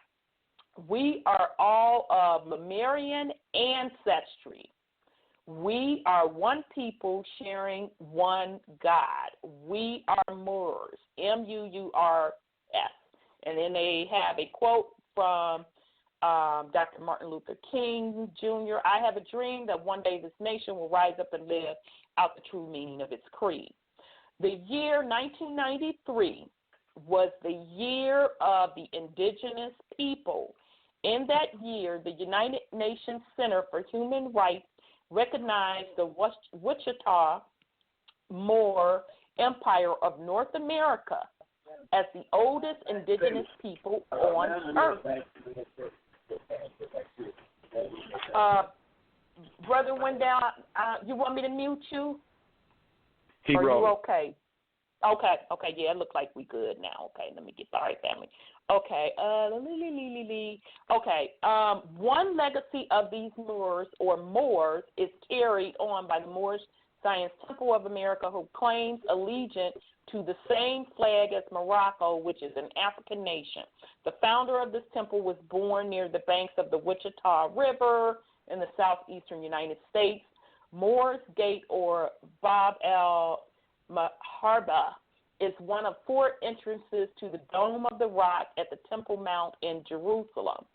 It is the only city gate entrance that leads directly into the Jewish quarter. It was the Moroccans who built these quarters near the Washita River and the Washita Mountains of Arkansas. American Indians call the mountain Ochipa, which means female buffalo. Spewing from the sides of one of these mountains, there flow natural mineral hot springs. These hot springs are composed of radium water, magnesium, lodestone, and crystallized quartz. When these three things combine, something extraordinary and unique occurs. A quantum field is created. Because of their extraordinary healing qualities, they were considered neutral territory by the indigenous peoples. They were unclaimed by any tribe. These living waters that spew from these mountains existed only in the state of Arkansas. The Atlanteans knew this. Many Atlanteans settled there during the cataclysm when they escaped to the Americas by way of a land bridge that connected what is now the Yucatan Peninsula to the Atlantean islands of Posada and Og. During the deluge, the Atlanteans hid 3 powerful Atlantean crystals in Arkansas, the attributes of which are capable, which are capable of bending the space-time continuum. Arkansas is now transmitting codes to other regions that include Tibet, New Zealand, Panganolia, Lake Titicaca, the Pyrenees, Eastern Siberia, Mongolia, and also East Africa. On the triple date of 11/11/11, a sacred golden sun disk was activated in Arkansas in the Wichita Mountains. The transmitted new DNA codes all around the world. These codes are the divine blueprint for the planet. Arkansas, the land of the Washita Moors, is now the most important portal vortex in mankind's return to Eden and to unity consciousness. And then it says, Moors, M-U-U-R-S, are the original people of the earth. We have no beginning nor an ending. Our Creator grants us life everlasting, and that's from R.A. Umar Shabazz Bey. Okay, so again, that article is out of The Awakening. It came out July 12th, 2011. Now, the reason that I wanted to share that with you all was to introduce those of you that have never heard the term Moor, M-U-U-R-S. That is how it is associated, and it turned into Moor, M-U-U-R-S, turned into Moors. But the derivative of the M-U-U-R-S represented a time on this planet when we had the land masses of Lemuria, that's where that term Moor came from, and also Atlantis. And I have a couple of other articles, and we'll get into some clips where supposedly our pre-ancient history of this planet, and we even talked about this in the book of Enki, where there was catastrophes that happened that changed the landscape of the planet. So what I also liked about this article, it made very clear on how the different races were created and how everything really spawned from one group of people. So meaning they spawned the creation and put the consciousness into play to create this physical realm that we are in today. So I'll pause just in case, Sis, you wanted to put something on it, or Brother Wendell, you wanted to put something on it. Yeah. You just verified what I told y'all a few minutes ago about them damn names. Mm-hmm. How the hell did Washita, which is spelled O-U-I-C-H-I-T-A, turn into W-A-S-A-S-H-A-T-A T-A-W, Washita. You see Very what I'm saying? good point.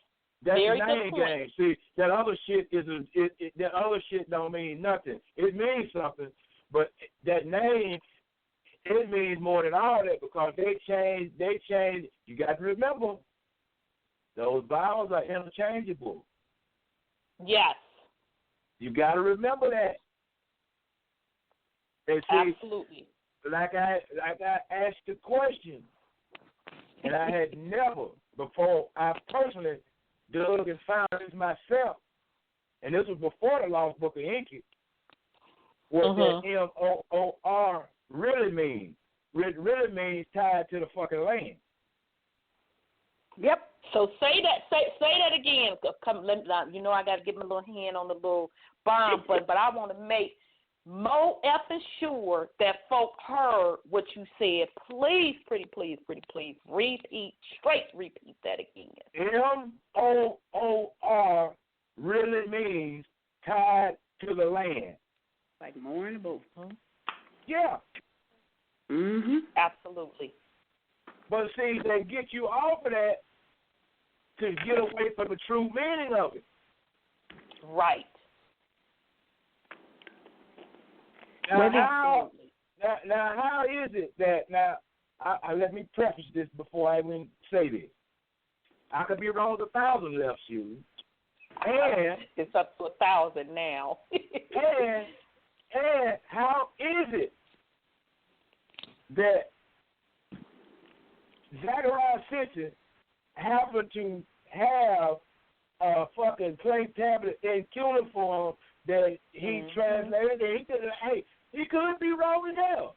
But how is it that term ends up in the Lost Book of Enki, which is regarding information hundreds of thousands of years old?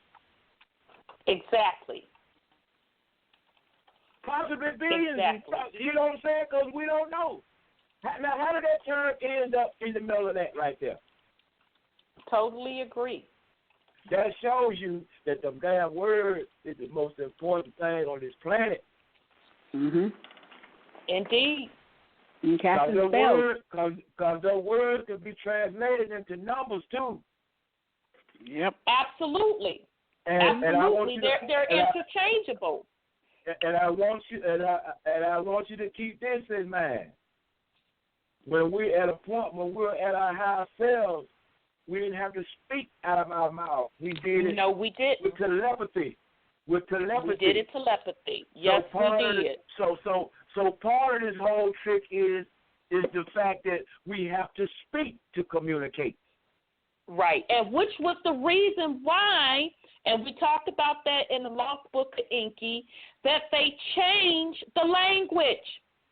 Right. Because when we were speaking, the language that we were speaking had such powerful science behind it, it helped you be a creator. You were a creator. You spoke into existence. So the Anunnaki shut that shit down because that made us well, not us, because some of us, on equal footing with them. So they had to shut that shit down. But we got to contemplate one important point, though. When, at that point, when the languages were confused, what is the possibility is that they had the technology to convert us from being able to speak with telepathy and made us have to speak with our mouth. That makes sense. That makes sense. Because you remember the question that came up in the Lost Book of Enki was when who was it? I forget who the hell it was that got it was Cain. Oh yeah. When no, it was a doctor. It was a doctor. When he had to take some type of injection or something where they changed his Oh, fucking DNA. It was not, yeah. no, it was I Cain. remember that. It was Cain. It was Cain. They changed his remember DNA to where he couldn't grow facial hair as part of his punishment as the mark. Yeah, that was his mark. I remember that. How the hell they changed his DNA like that? He was grown. How they change his DNA like that? Grown. Right. You understand what I'm saying? So that means right. they had the technology or the power, however you want to say it, to change us from being able to speak through telepathy to have to speak with our mouths. That may be what actually happened. Well, and that's a very good point, Brother Wendell. In this particular realm, now I'm going to take it a little bit deeper because think about it. We just did shows on manifestation and we talked about the Doctor Strange movies. And anybody that is familiar and that you do it yourself, you do astral travel to these different dimensions. That's how you communicate. It's telepathy. Yeah. Yeah. You not sitting up there, la-da-da-da, talk, this, that, and the third, la-da-da. You're doing it telepathically. Yeah. That's why That's we have how you do it in other dimensions. I'm sorry, sis, go ahead on. We have curly hair full of copper because it's a conductor. Yes, it is a conductor. And that is what we're going back to because some of us are doing it. I know for a fact people in my particular circle that's part of that 0.5%, we can think a thought, and I guarantee you we'll call each other or some type of way come into contact, and we're all thinking the same thing. Exactly. Yeah. That's where we're coming back to. Yeah. See, that shows that there is still a remnant of that power to speak with through telepathy still left. It's not gone. It's kind of like a flower that blooms in the springtime. It's dormant, but it's still there, and we can still use it to a certain extent. But we can't just do it at will like we used to at one time. Right. But I think we're getting back to that, and that is why, we've been saying here that's why your thoughts are very, very powerful. Matter of fact, your thoughts is faster than any computer. Yeah. And that is a powerful form of manifestation. So these are the things that we have to start getting back to, being in control of your thoughts. Why do you think that they spend so much time, their fiat and effort into media? Because that is a way for them to program your thoughts, your /subconscious. So you are in the age now that it is your responsibility to be the owner and the master of your thoughts, of your subconscious. So you can start to unlock and start to master and practice those ancient things that we used to do, like telepathy. So very, very good point, Brother Wendell. Yeah, and then another point is this. When you get a hold to some real information, like you just read, they reference one thing, that those same ancestors that we discussed in the Lost Book of Ancient reference. One God, one Creator. Yes, the Creator of all, yes. Now, we got to understand how that got all screwed up. Mm-hmm. You got when the languages were confused or created. I'll say that because, like I said, I believe we were stricken from telepathy, having to speak with our mouth. Now you got different cultures talking about the same God, but in another tongue. Yes. You see what I'm saying? Yes. So the confusion is real deep because when you confuse the languages or create new languages, then you're dealing with a whole other word. But you're talking about the same thing, but to you it's another word. True. That brings in the Ajiji and their duplicity in trying to make us their slaves instead of their leaders. Yeah. Right. Right. And even the Anunnaki themselves, because, I ain't finna let them up off the hook either. Because, they were hard. When we was going through that journey, Brother Wendell was taking us through that journey of the Lost Book of Enki, we literally pulled up what was coming up out of the Lost Book of Enki, which clearly told you which Anunnaki was speaking. We pulled up them scriptures. Am I lying or not, Wendell? And the shit was pretty much verbatim. But in the Holy Bible, they're telling you that God or the Lord is speaking to you when it was one of the damn Anunnaki. So in other words, they're having mankind worship them instead of worshiping the source. Yeah. And you know what? And you know what? I thought about that. It's very possible.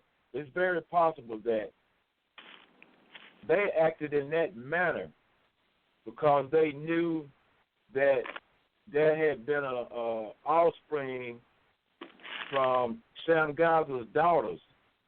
They had messed around and mixed with them, and they knew that if this is just a thought. They knew that if they didn't do something to turn the mankind's attention toward them, then they would end up worshiping the GG or the Nephilim. Interesting. That's an interesting take. So you have to think about what happened from a whole nother, from different angles to understand why they were doing what they were doing when they were doing it.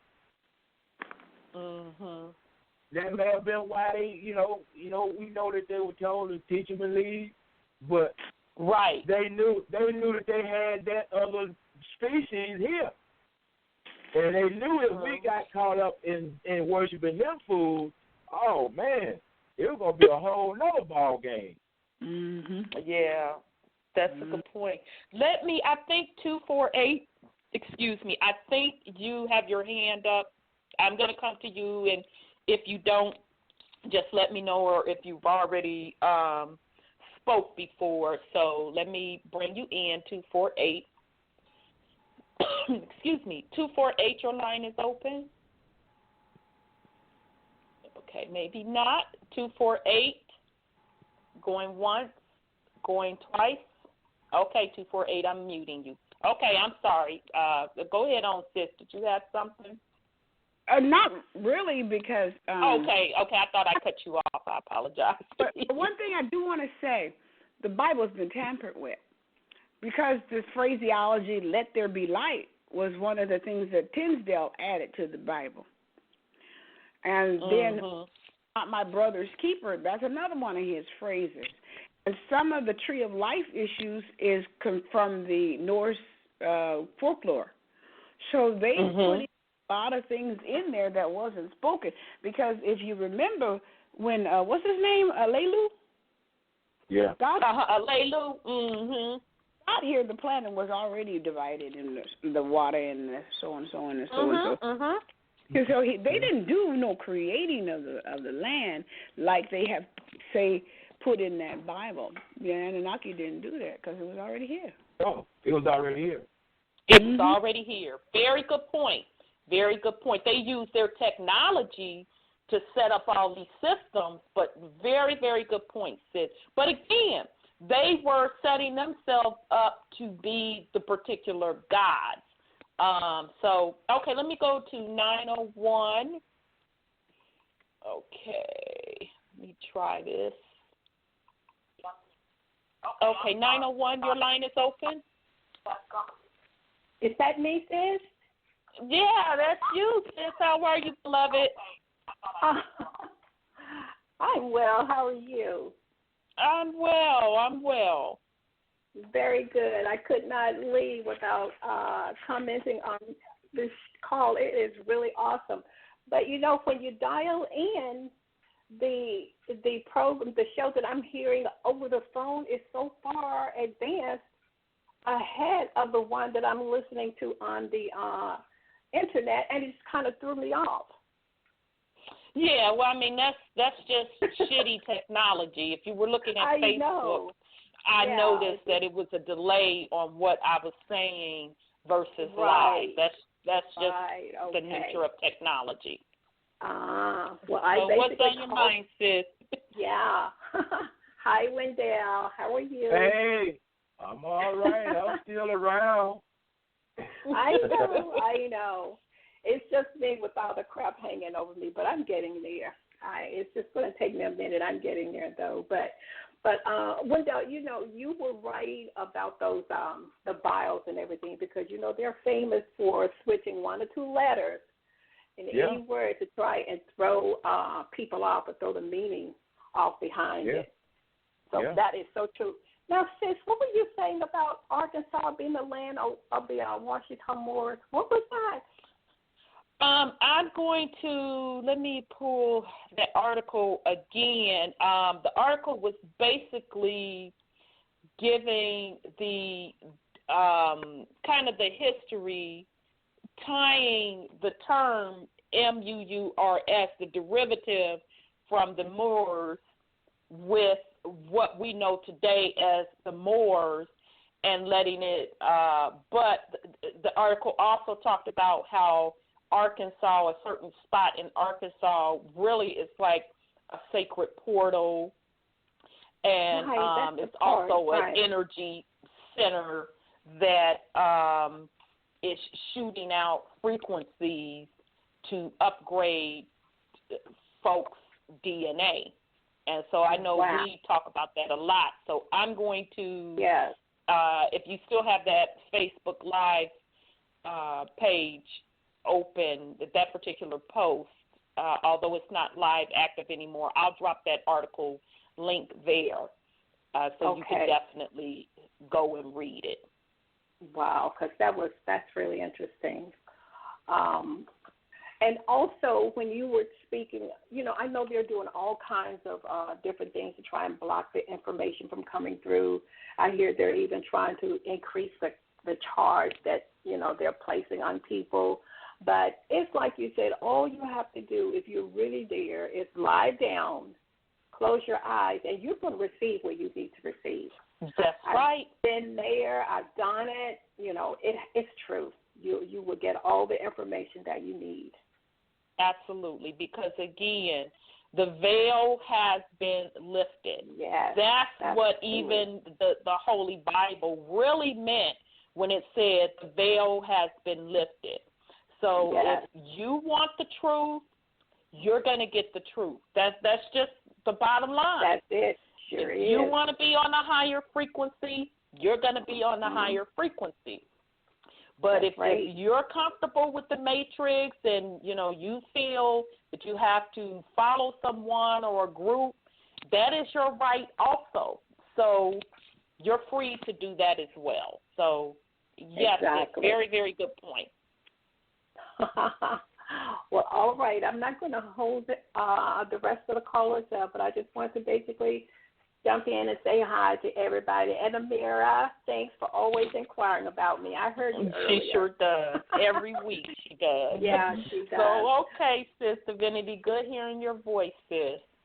All right. Now take care, everybody. Peace and love. Okay, you too, beloved. Peace and love. Okay, family, so let me mute Sis. Okay, so that was that first article. So we're going to go to, now I had the doggone article up. Where the heck did it go? Another powerful article regarding the Moors. Where is it at? Now, you're going to like this one, Brother Wendell. I'm like, woo, I can't wait to read this. Okay, so this article is called the Aetherius Society. It is aetherius.org, and the title of the article is Atlantis, Lemuria, and Maldek. Okay, and so it goes, the account below has been adopted for this website from the introduction of the 9 Freedoms by Dr. George King. This is the story of our past lives in Atlantis, Lemuria, and even before we came to Earth.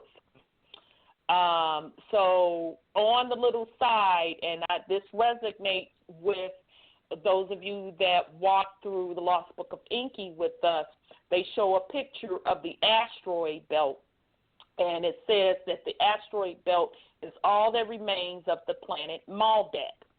So Maldek, hundreds of thousands of years ago, there was a planet in this solar system about the size of Earth, which made its orbit between Mars and Jupiter.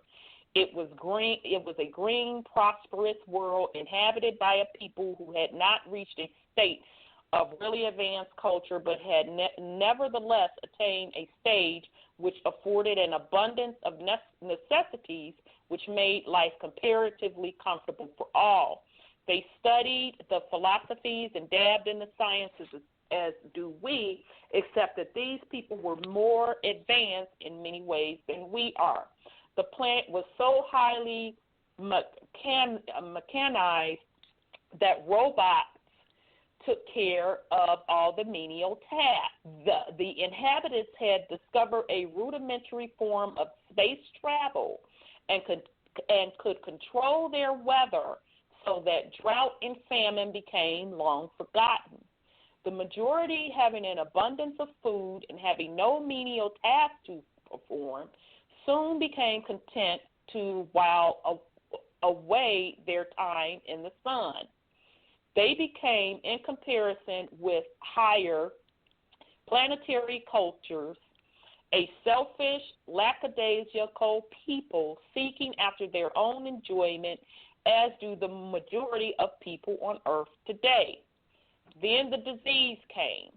It probably started subtly in the midst of those few men of science who shunned the procrastinating majority in a fervent search for material conquest, thus leaving themselves open to incurable affliction. The mental disease manifested itself as a lust for greater power. They found it. They exploded a hydrogen bomb and completely destroyed the planet Maldek and murdered the whole populace in one blinding flash of searing flame. All that is now left of that beautiful planet is the asteroid belt. The people who inhabited Maldek were suddenly released onto their different etheric planes. According to the perfect law of karma, these people had to reincarnate again under strict limitations upon another planet in the solar system. The Earth was approached. The gods made an appeal to the Earth as an intelligence, asking if she would be willing to take compassion upon the killers of Maldek and agree to their reincarnation upon her back. In her great merciful compassion, she agreed, thereby accepting thousands of years of limitations so that these lesser life forms could gain essential experience. The gods then approached the true inhabitants of Earth, a highly cultured race of individuals called Olmec man, who also agreed to cooperate with the coming to Earth of the people from Maldek. Gradually, those too lazy to stop the shocking cosmic crime of the destruction of Maldek and those who had actually brought it about were reincarnated on Earth. The Adamic man stayed for a time, giving instruction, guidance, and help, and then, in accordance with divine law, left the new inhabitants of Earth to their own devices. So then it goes into Lemuria. Out of the gross limitations of atomic mutation, the civilization of Lemuria, also known as Mu, dragged its weary self. The Earth became somewhat similar to what Maldek had been. The people began to probe the philosophies and the sciences again, and the Lemurian civilization flourished. Oh, shoot. Come on. At its peak, it was a civilization of much finer culture than we know on Earth today. The Lemurians established a liaison between themselves and the advanced intelligence from other planets who taught them a great deal. But alas, the disease struck again. Lemuria was split into two camps, good and evil. The later camp again, probing the atom. For the second time, the forces within God's tiny building blocks were unleashed and the civilization of Lemuria was destroyed. Atlantis. Again, those left were born through gross limitations on and off a world seething with radioactive poisoning until eventually, after thousands of years, another semblance of culture came into being, and slowly at first. Then later gained momentum, the civilization of Atlantis flourished upon Earth. Again, space travel was established. Again, some listened to the voice of wisdom coming from higher sources, and there was a split in three definitive camps. The few searching for a force to give them conquest over the whole solar system, the majority not caring much because they were content to live in their procrastinations, and the other few who had proved themselves ready for the higher teachings and possessed the logic and faith to accept the voice of higher authority. Again, the minds of the sadistic minority invented atomic weaponry. As had happened at the first time of the fall of Lemuria, those who were ready for evacuation just prior to the devastation that was to follow were taken off the earth by the gods from space. Meanwhile, those beset with greed and lust for material supremacy warred with each other. As neither side could win such an atomic war, down fell the civilization of Atlantis into charred radioactive ruins. Today, again, the forces of the atom have been unleashed. Again, the world is divided against itself. Let us not make the same mistake the fourth time. It should also be noted that after the destruction of Lemuria, the gods saw fit to place a barrier around the earth called by some the ring past not. In scientific terms, this barrier is called the ionosphere. After the destruction of Atlantis, the ionosphere was greatly intensified. This intensification tended, to cut man off from a higher form of inspiration, making advancement so much difficult.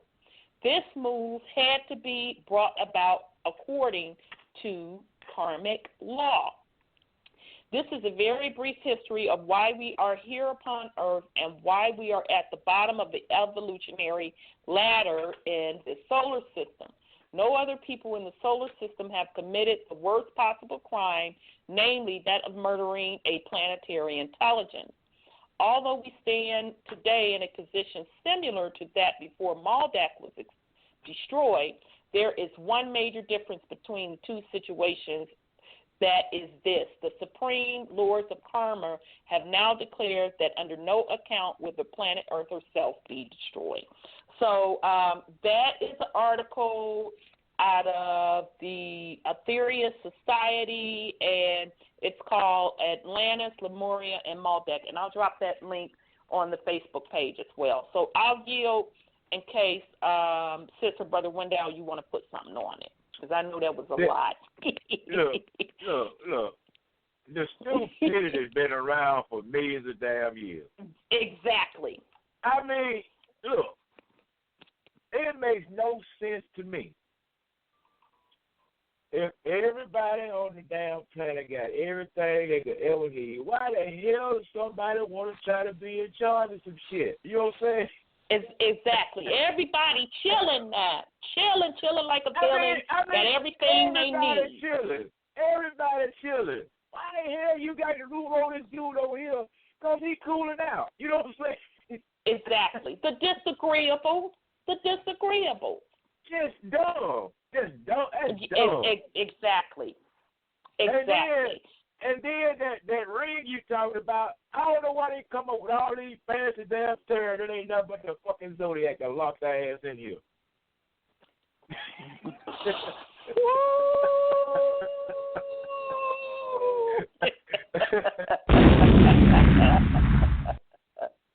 You know what I'm saying? Very good point. Yeah, they talking about the asteroid belt, but they named that Zodiac something else. You know what I'm saying? That's the Zodiac they talking about. Sphere. Mm-hmm. That's the Zodiac, man. Get out of here with that mess. Exactly. Very good point. And then they pretty much admitted that Earth is a prison planet. And, these disagreeable ass. First, I love the fact that in the article, and we even talked about this in the Lost Book of Inky, that they had to ask Mama Earth her little permission. So in Lost Book of Inky, that was another situation because she had her little posse, and they was shutting some shit down. But nonetheless, the permission was still asked. And these disagreeables, they asses reincarnated here. Now, what the article doesn't discuss, what I feel is true based on some of my research and also through meditation and all, not only just the disagreeables reincarnated, because they had to reincarnate to get things right, but also some of the agreeables incarnated to try to keep stuff in balance. And the article didn't cover that, but I did want to put that out there as well. So that particular article, I'm sorry, go ahead, brother. Okay, let me, and I could be wrong with 1,000 damn left shoes. Let me explain what you just said. The damn when them sons of Marduk married them damn daughters, when they married them damn daughters of Semyaza, that's made it with them two women instead of going the experimental way again, because they were having so many fucking problems. That's what that was. I don't know why these folks don't want to go back and pull this shit. And that's a very good point, because basically, some of us are those direct link to that genial bloodline of the Anunnaki. So very, very good point. Yeah, and some of us is straight off of Inky. Yes. Absolutely. You see what I'm saying? Some of us are the straight descendants of Inky. Absolutely. Some of us straight off of Inky, some of us straight off the damn Nephilim. That's just fact. Right. That's just fact. It is what an MF is. And we're not talking about no classification color. We need to get that real clear. That's what I'm see that's the trap that we were given, that it's all about the color, because now the veil is being unlifted and we're seeing the quote melanated people. Now we're truly starting to see who are the disagreeables, who are the agreeables. This shit ain't nothing new. It ain't nothing new, but the real trick to it at this point, that damn bloodline is really screwed up, man. That bloodline is screwed up because the folks that's supposed to be the righteous folk, that look like the right folks, ain't nothing near it, period. No. They basically want to do just what the disagreeable side of the bloodline wanted to do. They want to maintain control over the populace and have folk worship them. And that's never what it was really about. Yeah, and then you got, now I'm going to show you how slick this thing has been working. And I could be wrong with 1,000 left shoes, but I wouldn't tell you what I think and what I see. Mm-hmm. You got a bunch of them. I mean, really the majority of them is playing a role of, let's just say, of being lackadaisical. Let's say the ones that don't want to leave Jesus. They playing a fucking role on you. They really against you, but they laying back and they ain't saying nothing. And they cooling out saying, no, I'm comfortable. Okay, well, I know who you are then. Because at this point, there's no such thing as a comfort zone. Well, it's interesting that you say that, brother, because, and again, my intent is definitely not to offend anyone, because if that's what you want to believe in Jesus, that's your business. But I'm just putting it out there. Look here, baby. At this point, I don't give a damn who I offend. I get it, but I'm just putting that out there. So here's the point I'm trying to get at. But go ahead on, brother. I can justify that. You got generations of people out here innocent as hell, and because somebody is scared to offend somebody by saying what they really believe and can see, that's why where we're at now, because of that bullshit. That's a very good point. That's a very good point. So here's my point with the whole religion, period. That is a system. And the folk that are in charge of keeping that system running, the people really behind the scenes, they know what the truth is. Yeah, I'm going to go even so far to say that the big pastors making this big-ass time money, they can't convince a sister. They can't convince me that they don't know. But they have chosen, and I personally believe they're part of that disagreeable bloodline, and some of them probably some goddamn Nephilim. They are. That are going to hold that line to keep that spell of religion on the populace, because you can never reach that higher plane if you looking outside of yourself. Exactly. I want to point out, too, the word God is dog, spelled backwards.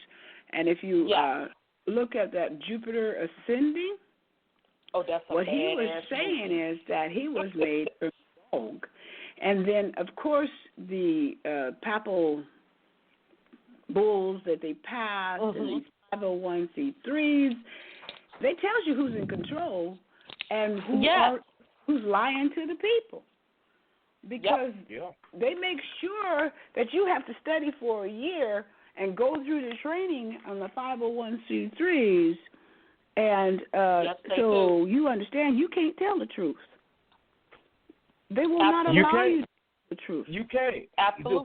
What their job is to give everybody a big fluffy pillow and show them how to stay on that fluffy pillow. Yep. And in the meantime, I'm sorry, go ahead, brother. And so many people love that big fluffy pillow, you ain't finna get them off of it. You forget it. It's a socialization. That's the enemy. It is very much so a socialization. That's just the physical aspect of it. Let's take the spiritual aspect. That ain't socialization. That's fucking war, man. It is war, because it's a form of spiritual warfare, because if you look at the spiritual side of it, while they're keeping everybody asleep, they're ciphering off of their energy because they're really worshiping that beast. Yeah. They're not even connected into the creator of all source, which is the multiverses and the higher dimensions, etc. So absolutely, very good point. That's they true. Don't want to be. And they don't want to be because guess what comes with that? Responsibility. It becomes responsibility. That is true. Not just bullshit they call responsibility or paying a damn bill. Absolutely. That ain't responsibility. You know what I'm saying? Absolutely. That ain't nothing but a little wheel that the hamster run on. A treadmill. That's exactly what that is. It's a That's distraction. all that is. That ain't no fucking responsibility. That ain't no fucking responsibility. Right. Totally agree. Totally agree. See, this is what I'm gonna show you something. I could be wrong about this too, but this is what I see. You have to get to the point where you really pissed off about how you've been lied to. Yeah, right. Well, when you're first waking up, you're supposed to be extremely pissed. Oh. Well, when you first wake up, you can't be extremely pissed because you don't know enough to be extremely pissed. But when you get to the point, you get enough information. When you get enough information to get you to that level, you're supposed to stay like that. That is true. Get straightened out because, like I said, generations of people have been on that pillow and comfortable with it, thereby the next generation they're responsible for, but they don't want to be responsible for the next generation. That's what I'm talking about, responsibility. That bullshit about paying a bill, they don't damn responsibility. The responsibility is for the ones coming behind you. Totally agree. And now you got a planet full of people. Now you got a planet full of people that don't give a damn about what's coming behind them, as long as they can stay comfortable on that pillow. Right. Right. And that's on the physical level, the way. That's on all levels. And absolutely all level, as well as spiritual level. Absolutely, they just don't give a damn about nothing. The poisoning of the food, planet, etc. They just straight don't give a damn. No. As long as they can go to a ball game, as long as they can go to the mall, as long as they can go to wherever, and get what they think is relief, they're fine with that. Very much so. They don't want no responsibility. Period. Absolutely. So, family, that is the introduction into the derivative from the word Moors, M-U-U-R-S. Anytime you see that word, know that is speaking in the ancient content of Atlantis and Lemuria, and as we've discussed, it goes back further than that. So I am going to, I hope I can find this clip. I want to play this clip because I talked about it. It is the bloodline of Atlantis. And, yeah, the shit is deep. It's 10 minutes. We have 13 minutes before we go into overtime. I hope we don't get cut off because we got cut off last time. So those of you that are joining us online, in order to continue with us on overtime, you're going to need to dial in. The number is 929-477-3858. So I'm going to start this clip so at least you all can get that in if you can't join us online. So here's this particular clip, The Bloodline of Atlantis.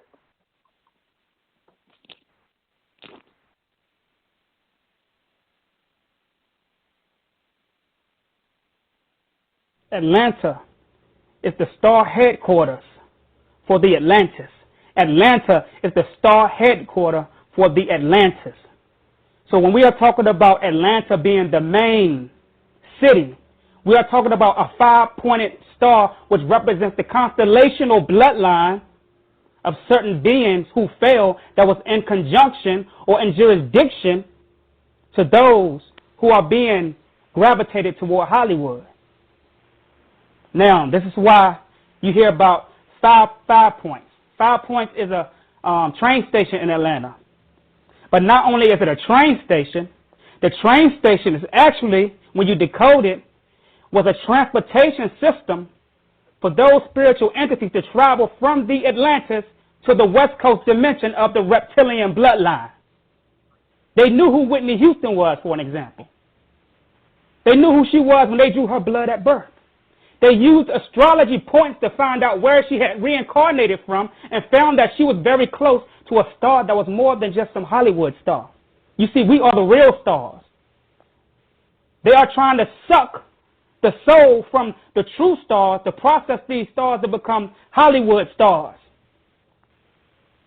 Her daughter, Bobby Christina, was her twin in the life before she had when she came here. And they were a threat in the Atlantis realm, which controlled the dimension that we call Hollywood today. They came here as twin flames, but the thing is that their consciousness of what had happened in their life in the Atlantis with them, at the time of war in the past life with these reptilians, all of that was erased. Even we come here with erased memories of our enemies because we fall from star bodies into physical bodies, which in turn turns off these memories which are stored in our DNA. The two twin flames, Whitney Houston and her daughter Bobby Christina Houston, who was twins in the life before coming here, had defeated the dynasty of a certain reptilian bloodline in the underworld. I'm going to say it again. Whitney Houston and her daughter, who was twins in the past life before coming here, had defeated the dynasty of a certain reptilian bloodline in the underworld. Let's go. Science TV 111, Osaka 4. I'm back at y'all again. All right, now the subject I'm coming to talk about today is very deep. Again, this is for my third eye openers. Now, when we study in Hollywood, this is a whole new dimension. But this is the rise of Atlantis. There is a spiritual path going from Atlanta to California. From the south, which is really Atlanta, to the west. This is a south dimension connected to a west dimension. All right? Now, when you study in a lot of the celebrities such as Whitney Houston and a lot of people who's found face down inside of bathtubs and water, you are studying the threat of an energy that a lot of the people at the top can see using astrology, and they think by getting rid of them physically that they can stop the evolution of those people that's, you know, actually born with veils over their eyes. When I say veils, I'm talking about spiritual things that where they can tap into certain bloodlines within their DNA, because your DNA is not just something that you can go to the hospital and have analyzed by certain doctors and things like that. Your DNA has many dimensions in it, has many bloodlines that you have been a part of ever since you have existed. When I say existed, I'm talking about before this third dimensional plane, before this earth realm. A lot of people get it misconstrued. So when we're talking about Whitney Houston, for an example, this is an entity that has been connected with a certain bloodline that was in opposition to the reptilian bloodline in an underworld governmental structure. When I say an underworld governmental structure, I'm talking a military, a spiritual military that has been evoked by a past entity that is above and beyond this realm. Now, when I say above and beyond this realm, I'm talking about at a time where the Atlantis existed. See, the Atlantis is underground. They went underground for a while. And so now what you see going on in the West, the fires and things of that nature, this is the return of the great old ones, which is the bloodline of Whitney Houston. Whitney Houston was a part of that bloodline. And the great old ones, which also my teacher Bobby Hemmett spoke of, was in opposition to these reptilians. Now, a lot of people ask, well, why did Whitney Houston go there? Why did she sign a contract? Why did she do this? Because you have to remember that there is a baby part of all of us that is unconscious to the people who know about us. There's a baby part of us that lives in us that is unconscious of the people that were enemies to us in the underworld in the past life. She didn't know about this. She didn't know about this. But the part of her now that has awakened, that is actually setting these fires over there on the West Coast along with some others in her bloodline, is now coming back to attack. There's a world war going on. You see, we think that physical world wars is something that's threatening. No, it's not. The spiritual world war is what's threatening. This is why you're going to start seeing a lot of earthquakes, fires, hurricanes, floods, tornadoes. That's why Marcus Garvey said, I'm coming back in a whirlwind. He already knew. This man knew what bloodline he stemmed from. This is why he became depressed in his last days, because he found out that it was more about physical liberation. He found out that the people that he tried to help, he couldn't figure out why they were against him, trying to turn on him, and being Uncle Tom to the white man to try to get him out of the United States. But later on, it was revealed to him that every black face is not in kinship, because it's just a classification.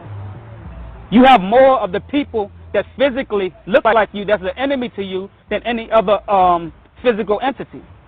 This is how they had to trick you. It's called the wolf in sheep skin. This is how you identify them. All right? So another question was posed to me as well about why don't I acknowledge God? And why do certain people call the white man God? I really don't care, because the word itself is not really superior to me. It's man-made. So it's not something that I would look up to, because it was something that was created by man who was created by woman. So I'd rather worship the woman than worship the God that was created in the mind of the man. It's simple. A lot of people say, well, why don't you refer to yourself as an African? I'm going to answer that too. Because if we say that the universe is billions and billions of years old, that means that it existed before Africa. So how can I be an African? See, this race thing is the matrix. We need to get out of this. We need to get out of race. Race is a classification. This is why they're putting us against each other. You have to judge based on the frequency and the mind of the individual.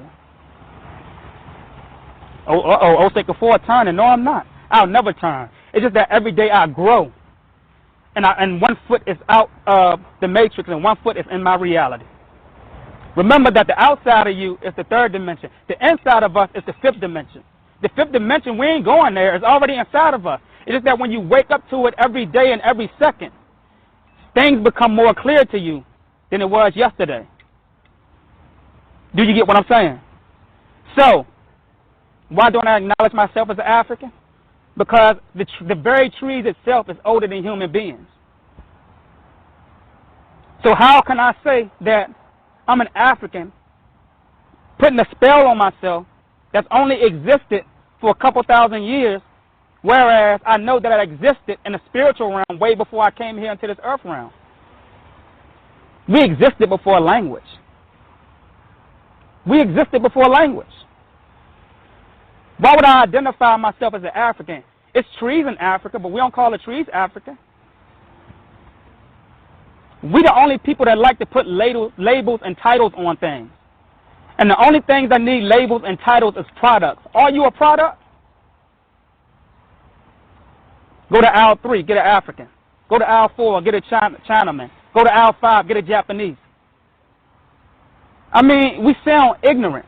We sound foolish. And see, the thing is, we think that these so-called conscious brothers, they think that just because they leave the church, that they awaken. No, you're not.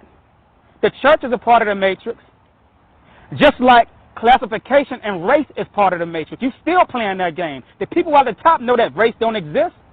But just like they created Democrats and Republicans to make you think that one system is for you and another system is against you, they both being paid by the same paymaster. At the end of the day, the Republicans and Democrats still playing golf together. They got scripts that they go by. A lot of us don't know. How can you be spiritual when you can't even see that the system is playing you on a motherfucking chessboard? They're playing you on a chessboard. So no, I'm older than an African.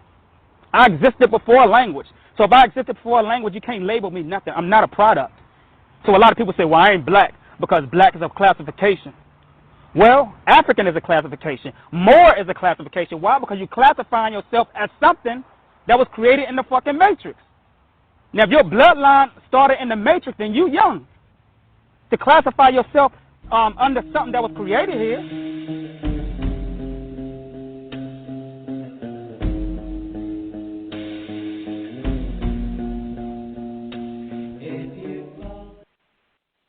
Okay, so again, that was Brother Shay Kapoor and the Bloodline of Atlantis. So I have dropped that link on Truth Uncompromised Facebook page. Just a really quick announcement for those that are joining us online. You have less than 2 minutes to dial in if you want to continue with us with overtime. If not, peace and love to you, beloved, and thank you so much for joining us. Okay, so with that said, Brother Wendell, that you all want to put something on that, I want to make sure we got that video in, because that brother was throwing down. I told you. He just told you what I told you. The damn name. Yep. I hope that damn name is something else, man. That's the worst thing that ever could have happened to you. Yep. Absolutely. And while, folk are focusing on, the evil, quote, quote, white man, white classification, all of the spiritual aspect and the spiritual warfare is going on, and some of the main players are, quote, quote, in a melanated skin tone and body. So we're not even looking for that. That bloodline is screwed up, man. The enemy looks just like you. Exactly. So I did want to share that with the family. So, sis or Brother Wendell, did you have anything that you wanted to put on the definition of the moor, M-U-U-R-S? Well, I already explained that.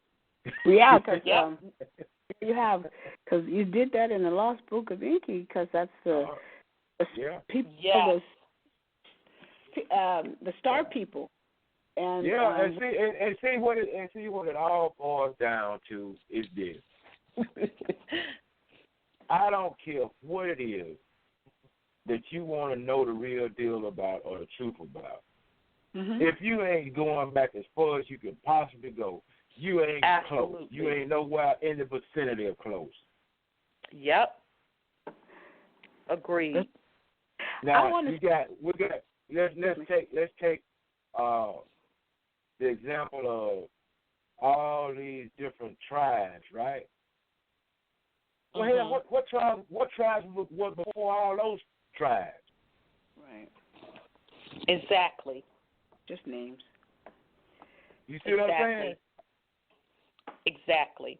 So you all continue to talk, sis. If you want to put something on it, I'm on my phone. I'm going to dip out real quick and come back on before I hit the 3-minute mark and get, let me make sure. I may not be able to do it.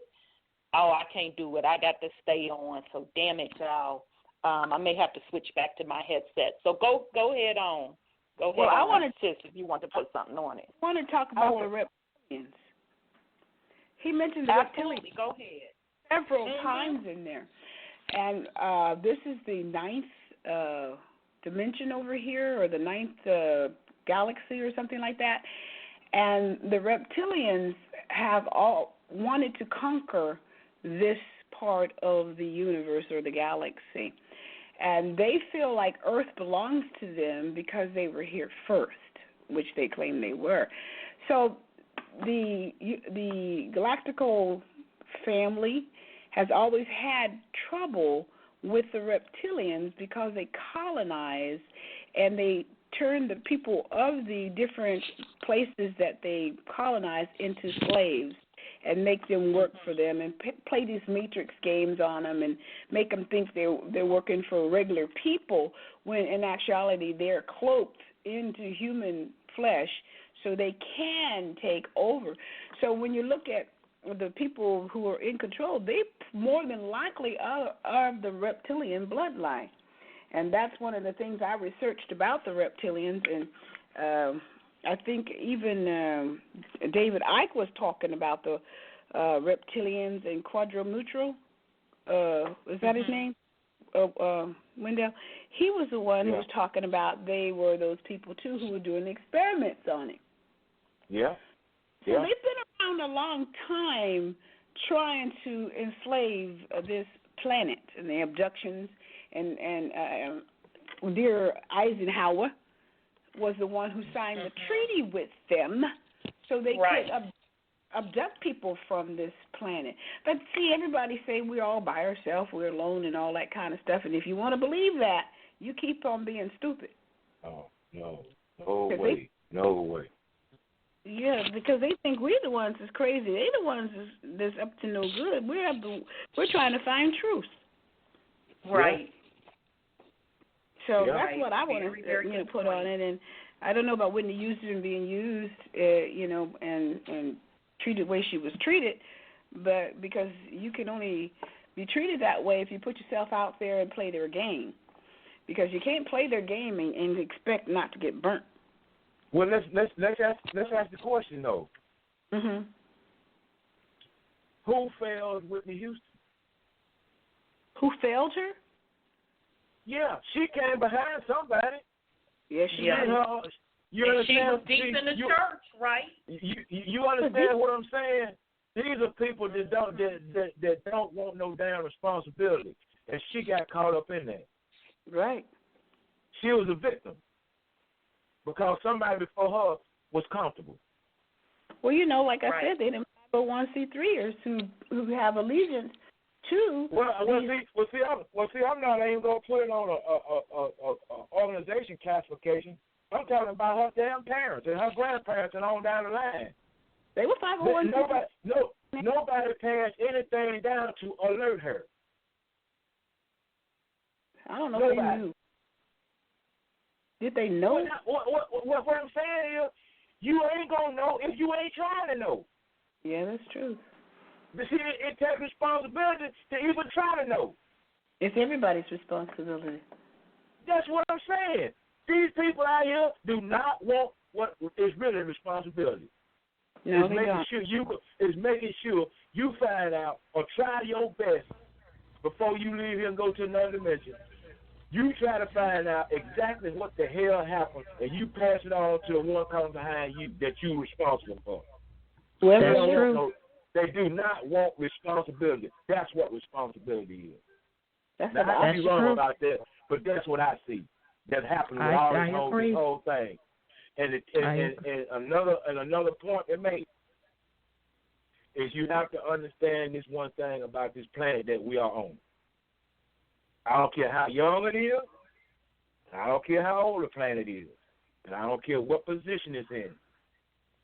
This planet has got to be the seat of power in this universe. It has to be.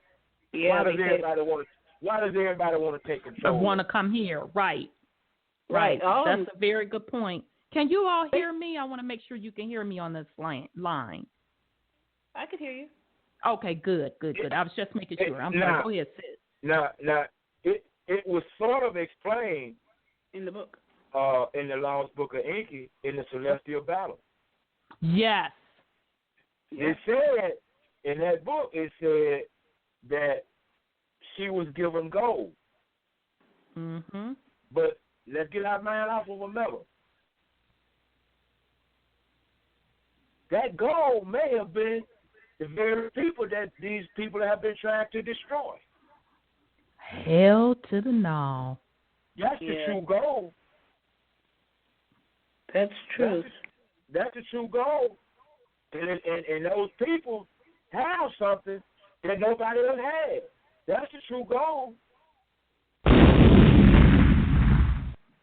I would agree. Remember in the explanation in that celestial battle,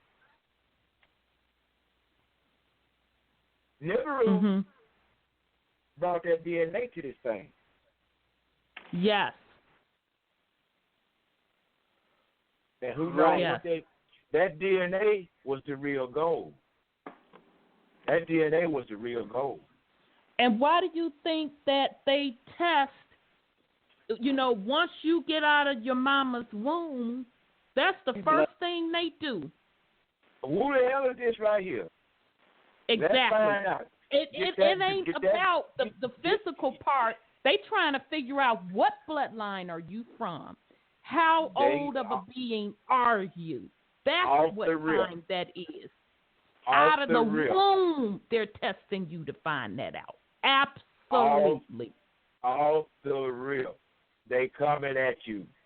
It's war. So they already know war. who you are. Oh, okay, we're going to have to tag this one. Yeah, she's billions of years old. She going to be one of the ones that wake up, come online and start kicking ass. Yeah, we finna watch her.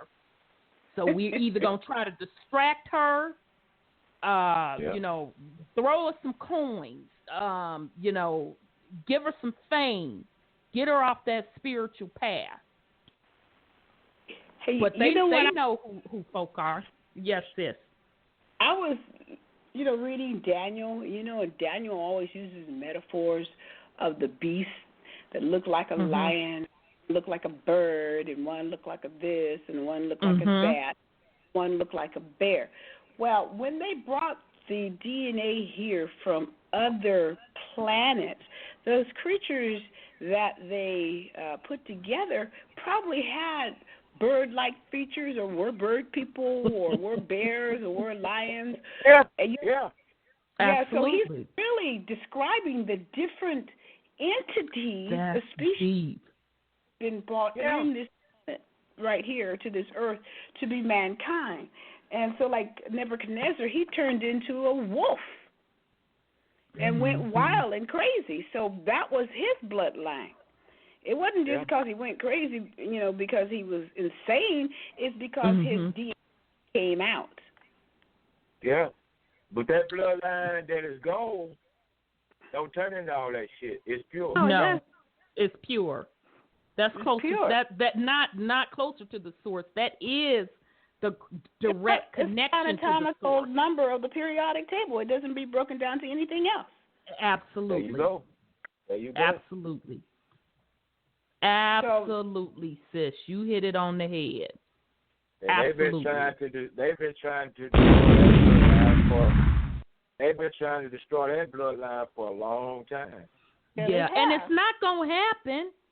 Well, then they know everybody who belongs to what part of the beast system that they didn't put in place, and those are the ones who occupy, you know, the Senate or the Congress or the House or the big business, the computer industry. Those are the ones that they choose. Because I was always wondering, how come they choose certain people, like he was saying about Whitney Houston?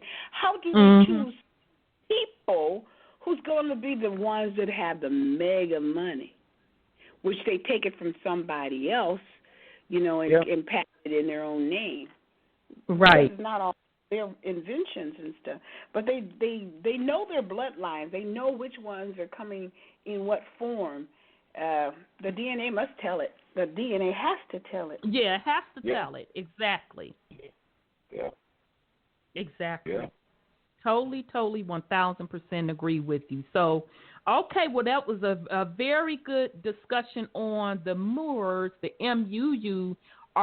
So now we're going to go into the definition of the Moors, the MOORS. And for most of you, this should be familiar. We kind of touched on it earlier, but now I'm pulling this straight up off of Wikipedia. This is their definition, and then we're going to go into other definitions of it as well.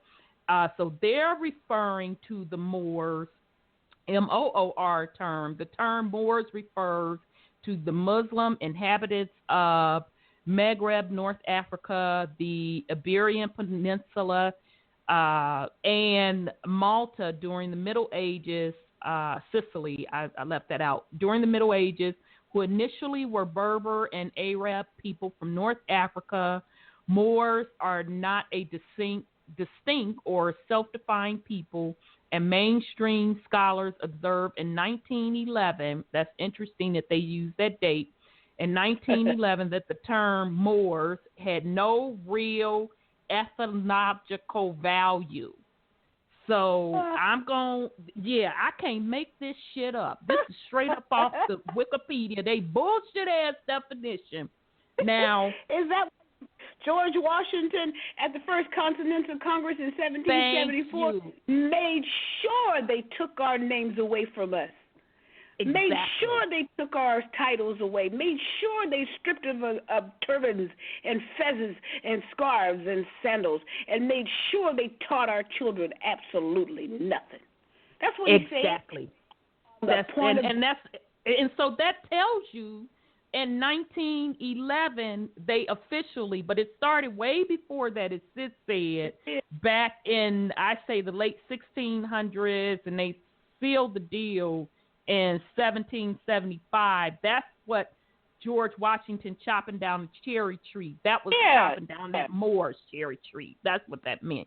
So now this is straight up off Wikipedia, them saying that they there we go with that goddamn classification again. They deemed the classification what the term Moors means now in 1911. But we still have to ask a question. What the hell was before, quote unquote, the Moor? Exactly. That shit ain't that old. You hear what I'm saying? Right. That is not that old.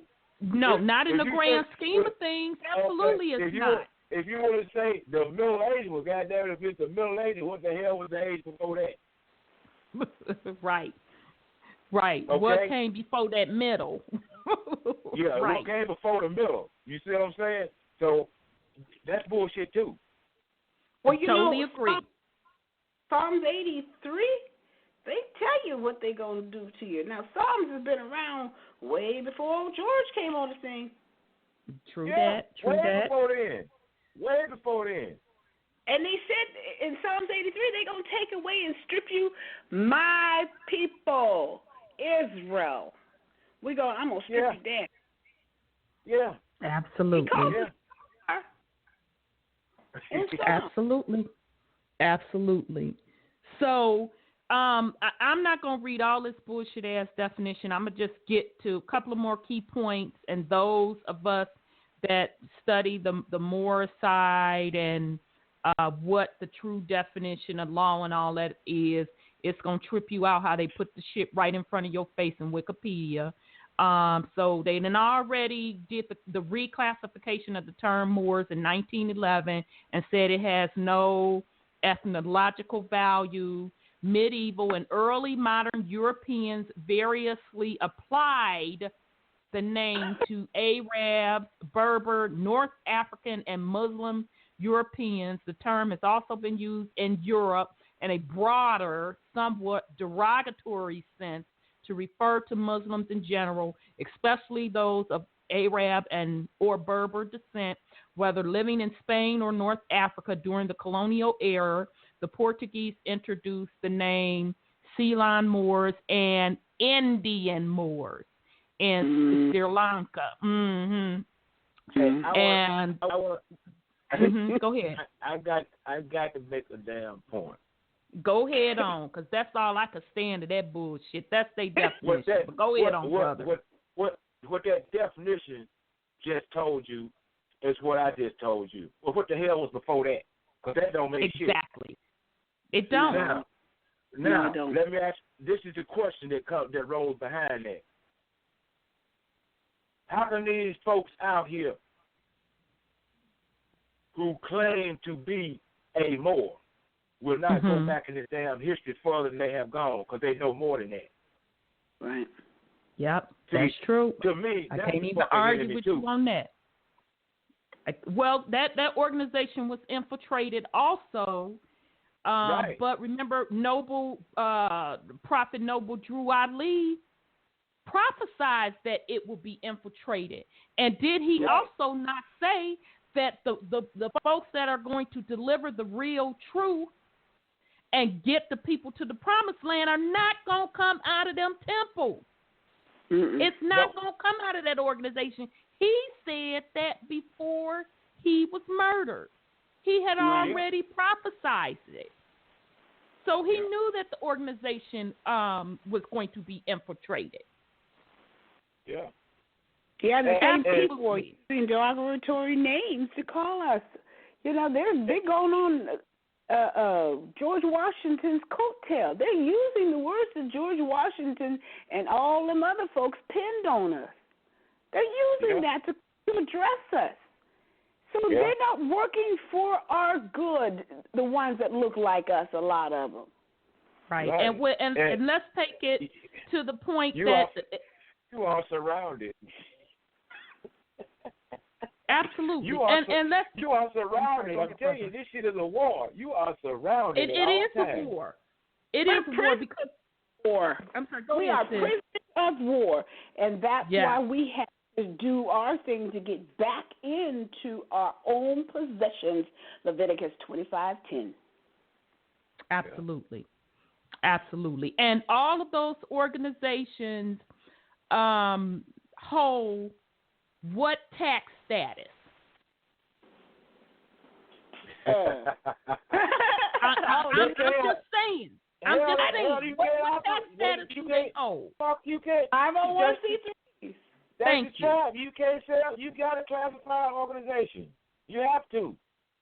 Exactly. But guess what? You ain't got but one real choice. That's part of the whole damn war. That is part of the war. You know, I mean, look, I was just telling y'all what it really is. When you get to the point where you have enough information to see that it's all bullshit, don't none of it really matter to you. It really don't. True that. That's why. True that.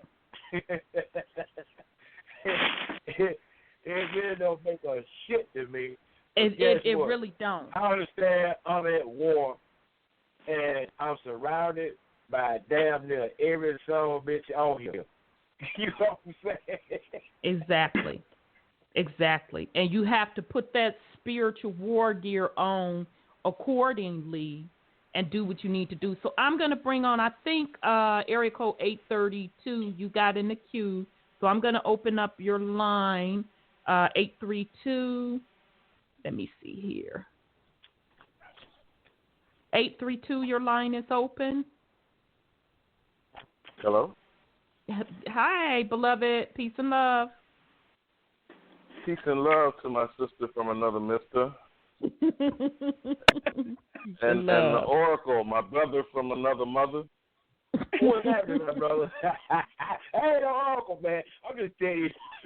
Well, I told you last time I talked to you, till you dig up the hootie, you got that responsibility, brother. I don't look. You see how he ducked it? You see how he ducked it? No. Let me tell you this. What the old folks used to say, throw a rock and hide your hands? No. Let me tell you this right here, cuz. I ain't afraid of that damn responsibility, and I don't throw no fucking rocks because I don't have to hide my hands. So when I tell you what I drop, you can take it and do what you want with it. Right. Yeah, I agree. I'm but telling you know what? Exactly what I see, and if you can't deal with it, that's not my problem. Right. Because I'm not afraid of that responsibility because I know that's the true responsibility. Mm-hmm. Whether you want to use the term oracle, which is in error because that's of Greek origin, or griot, which may be a second type of error that's in African origin. There we go with them damn labels. I'm not going to deal with classifications. I'm going to ask you one question, and we'll go from the context of that. What is antiquity? You know, you keep saying we ain't going back far enough. We ain't going back far enough. You know, we got to define that. We don't have the correct definition of antiquity. Do you remember Sherman and Peabody, the Wayback Machine? Yeah. That old cartoon. That with that dog and that Popeye scientist glasses.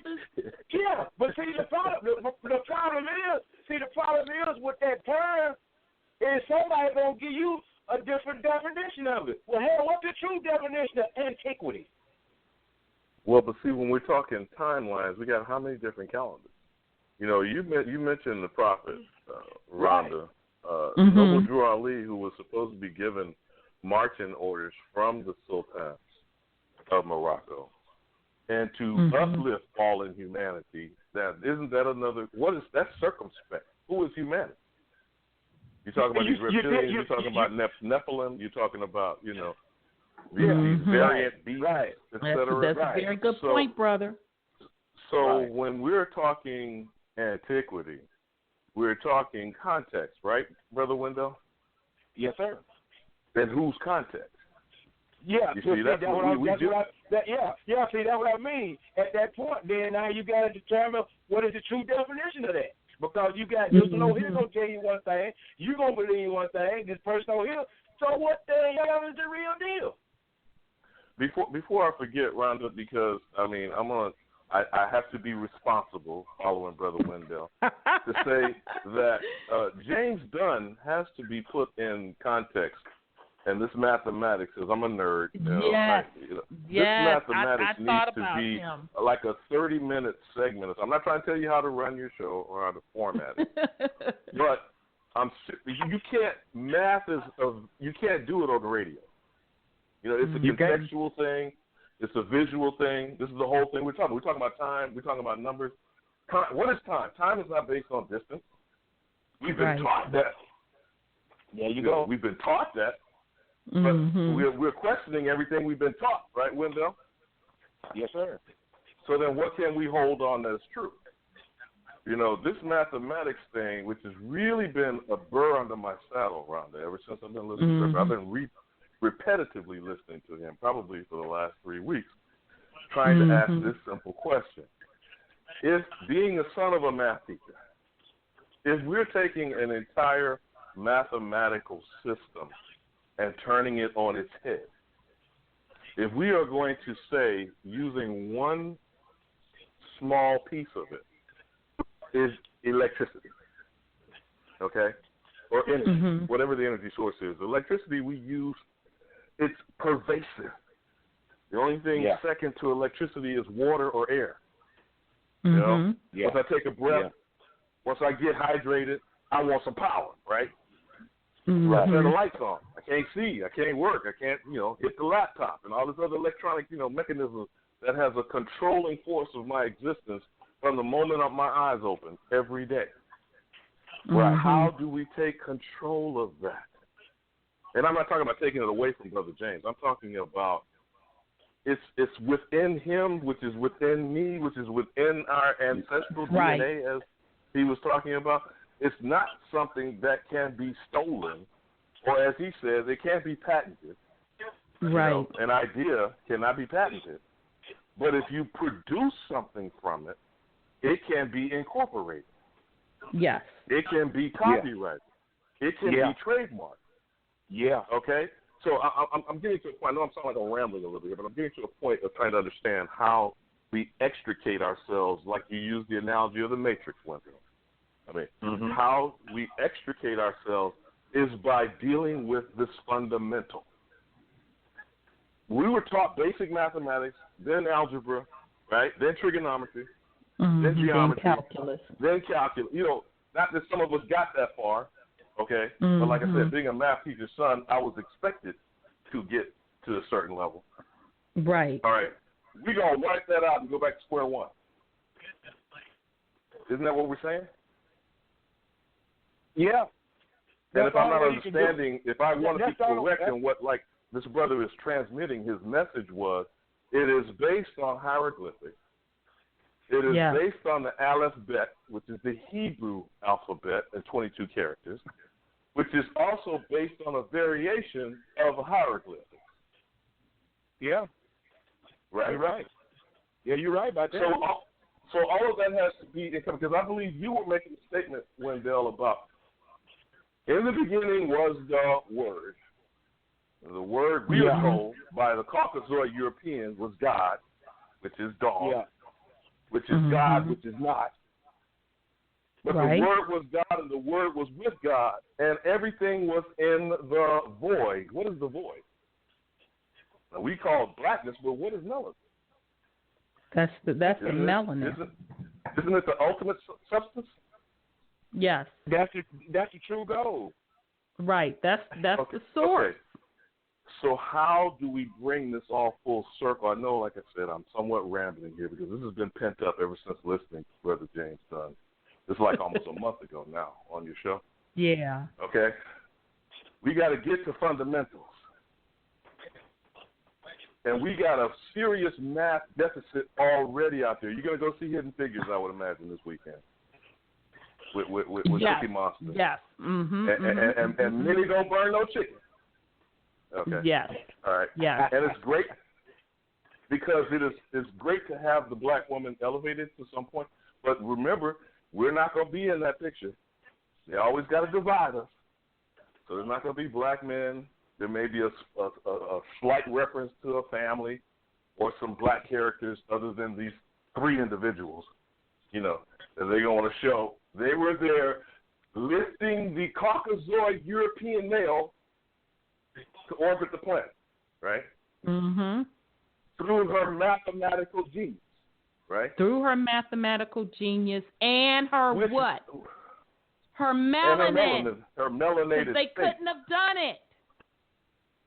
But what if that was the reduced portion? I'm trying to keep this context and this analogy all parallel. If we're still operating, like, you know, what is it, Wendell, how many cylinders on a car that's high performance, and you're working on half of them? Yeah. Mm-hmm. How is that high performance? Well, we know that we're working on half of them because they didn't give them the full potential because their calculation only bound them to the orbit of this particular planet. But we know that we are capable, because some of us have done it, to go beyond this planet and multiverses. So we already know that we're working at a limited capacity. Well, can we ask this question? Why is it melanated woman wasn't responsible enough to say, hell no, I can't even turn y'all on to this because you don't have this. I can't give you the secrets of this. I got to give it to the folks that just like me. Right. That's irresponsible. Don't forget, we're still dealing in a context of where we're looking for their approval.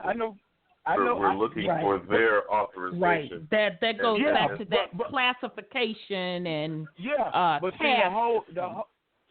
see the whole context that I'm saying is that at some point you have to accept that responsibility and say, hell no, because you ain't supposed to have this. I can't tell you. Okay. But you kind of get to my point about if we cut them loose. Okay, understand what my rationale is. I agree with everything you and Rhonda and the other sisters have been saying tonight. But I'm a proactive person. I think that drives you, Wendell. I'm the same mind. Yeah. We have to cut them off. Okay. Yeah. So what my point is embracing brothers like James Dunn, bringing in this mathematical fundamentals.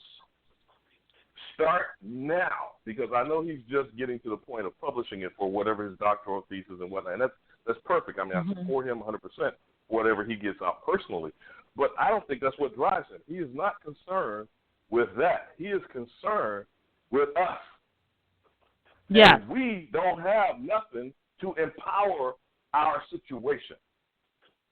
Yeah. And if we use any of this crap that even though it came from us, it came through them. It's going to be a trap for us going forward. So we have to have a platform that's independent from jump, from scratch, that we control. Yeah. So I said all that to say, Rhonda, I certainly hope that you'll contemplate, if it's only 15 minutes, but it has to be something every week. I can't commit of understanding this. I'm going to say this. We have to be cautious of people's time. Now, I'm working with Brother James to set up something regularly for him to be on this platform. And I'm not saying to necessarily do it immediately. I'm just saying, though, Because I know he's got enough on his plate of trying to codify what he's doing and creating this. But he's got to replicate, duplicate, and delegate. Okay? Because it is bigger than him. We're talking about this is who's the lie we were told, Wendell? Where we got math of? Pythagoras? Yeah. Greeks? Uh-huh. How long are we holding on to that lie? And we didn't even told who taught Pythagoras. Yeah. Right. Yeah. See, that's what I'm saying. Let's say this right here. What that we call mathematics, what is the real deal? Is it mathematics or is it a rhythmatic? It's a rhythmatic. See, we're supposed to be on a rhythm and not a fucking math. Now, who is going to be responsible enough to cut? Who's going to be responsible enough to cut the math bullshit and go to the rhythm? There you go. So you know the rhythm is dealing with music, tonal, exactly. Vibration, you know, frequencies, exactly. That's what we're supposed to be operating off, not off no bullshit called math. Totally, now, who is going to be 1000% agree. Who is going to take the responsibility to start using that the way we're supposed to use it? Well, but it's like chicken or egg thing again too. We're making a circular argument here without having the fundamental format, which is what Brother James is working on, and we have to consider how it is he wants to impart this knowledge. And some tutorials need to take place for some old deadheads like us, Brother Wendell. Because we're going to have to do it. You know, we can't continue to have conversations about this because time the way we've been taught time does not come back to. Right. Okay. And so the time frame that we're in and this limited three-dimensional experience we know now is linear, and we can't recoup it. We can't recover it. Right. So, and I want my young people who are losing their prime time, growing up in this time that needs to be extricated. They need to be ejected before they get indoctrinated. Yeah. Yeah. You know what I'm saying? I know I might be getting ahead of myself here, my sister. But I want to hog the time. I want to yield. I just wanted to, like I said, it's been pent up in me since. Because I've been listening to this brother like every other day on the regular. And if we only focus on one little piece, or get this formula thing, and get some wireless energy, me and Wendell, we can party, man. Right. Because that's how we going to get paid. And I don't mean it to mean a materialistic way. I mean it in the resources way to be responsible. Because you can't be too responsible broke. Okay? Right. That's just reality. Mm-hmm. And resources is going to be made off of that energy. Platforms, infrastructure, distribution, all of that stuff is going to have to be new. Yeah. Right. Yeah. And we need to do it before these leeches, that's all they are. They're vampiric, psychological, physical, metaphysical leeches. And we have to understand that. Yeah. Thank you for the time. Happy New Year. I'm with you 1,000 on that. Okay, brother. Peace and love, and let's move forward for 2017 with a new experience. Sounds good, my brother. Well, peace and love, and good to hear your voice, beloved. Thanks so much. Okay, so as far as Brother James is concerned, I will definitely work with him to see what his schedule will allow for him to be a regularly scheduled guest. And then we will just have to take it from there. So that's all I can say. I cannot commit other people's time or what direction they want to take things. So he and I definitely chatted after his first visit with the show, and I let him know that I definitely want him to come on as a reoccurring guest, and I want to build with him as well.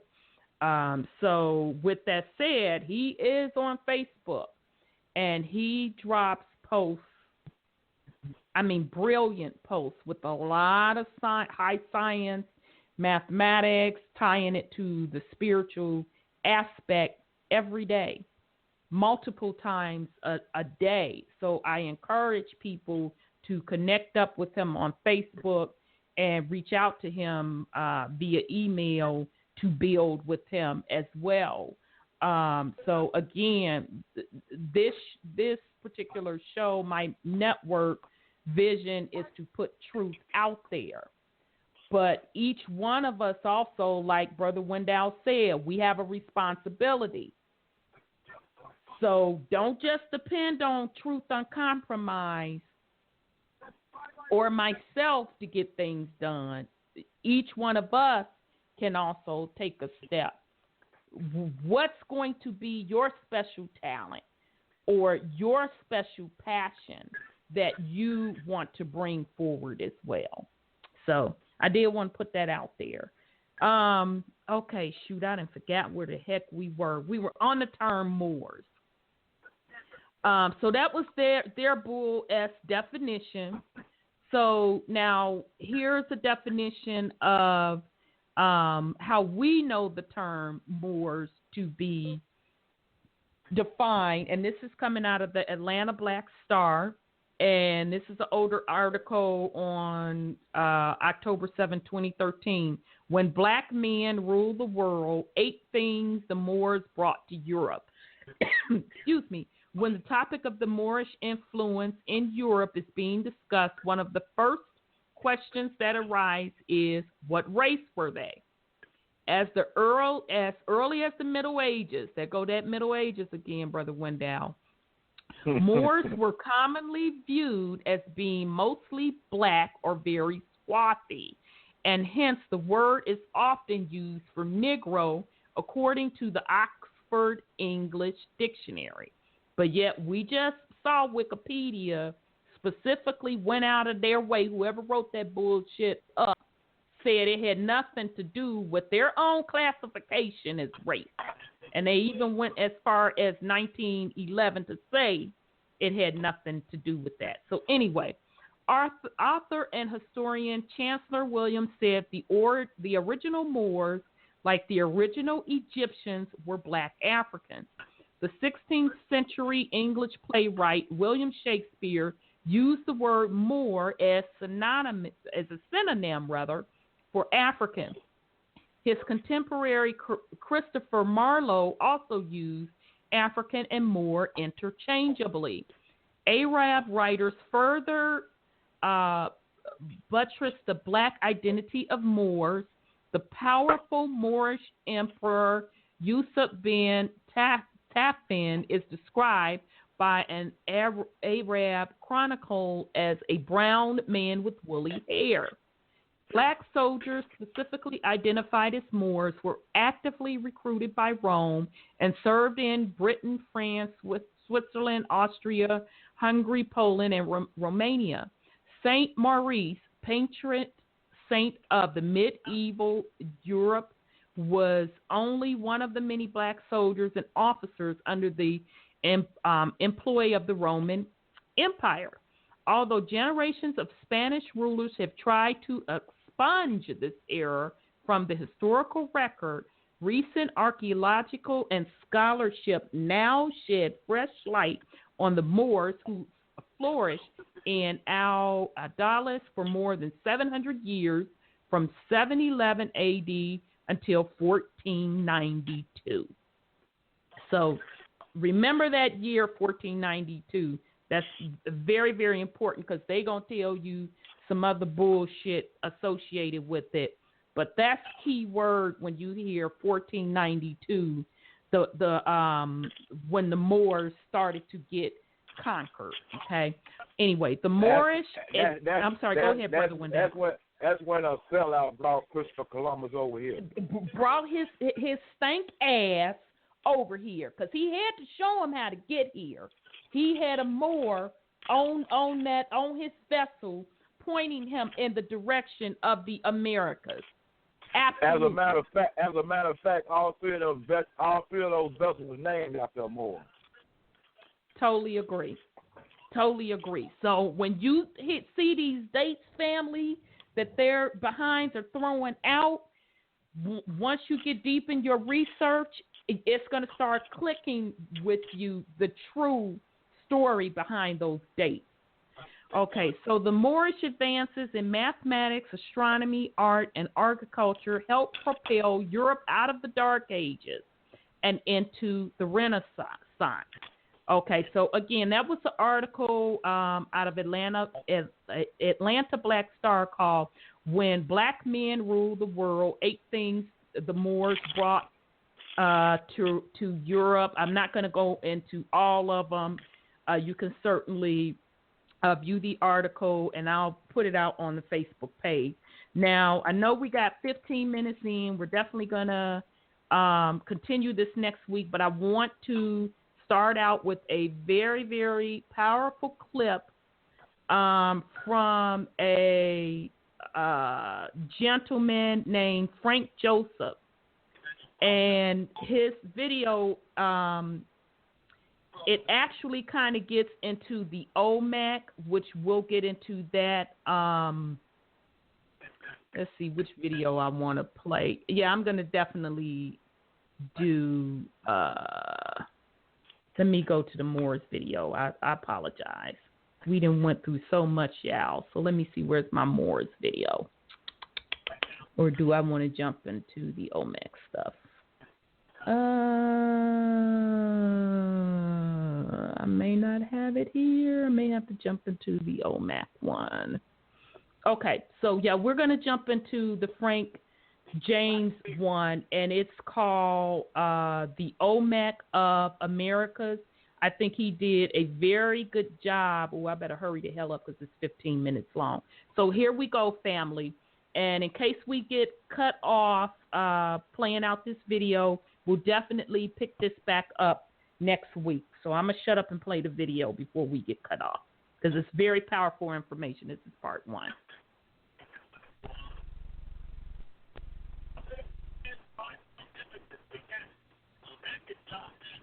New discovery, which has not yet been published.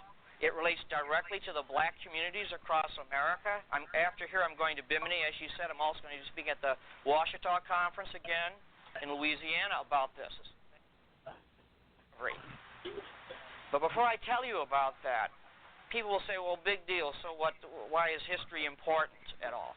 History is extremely important. Imagine if I could take from each one of you as an individual everything you knew about your life up to last week and just erase it. Where would you be? You'd be lost. You'd be incompetent. You wouldn't know how to plan for the future. And you do the same thing with a people.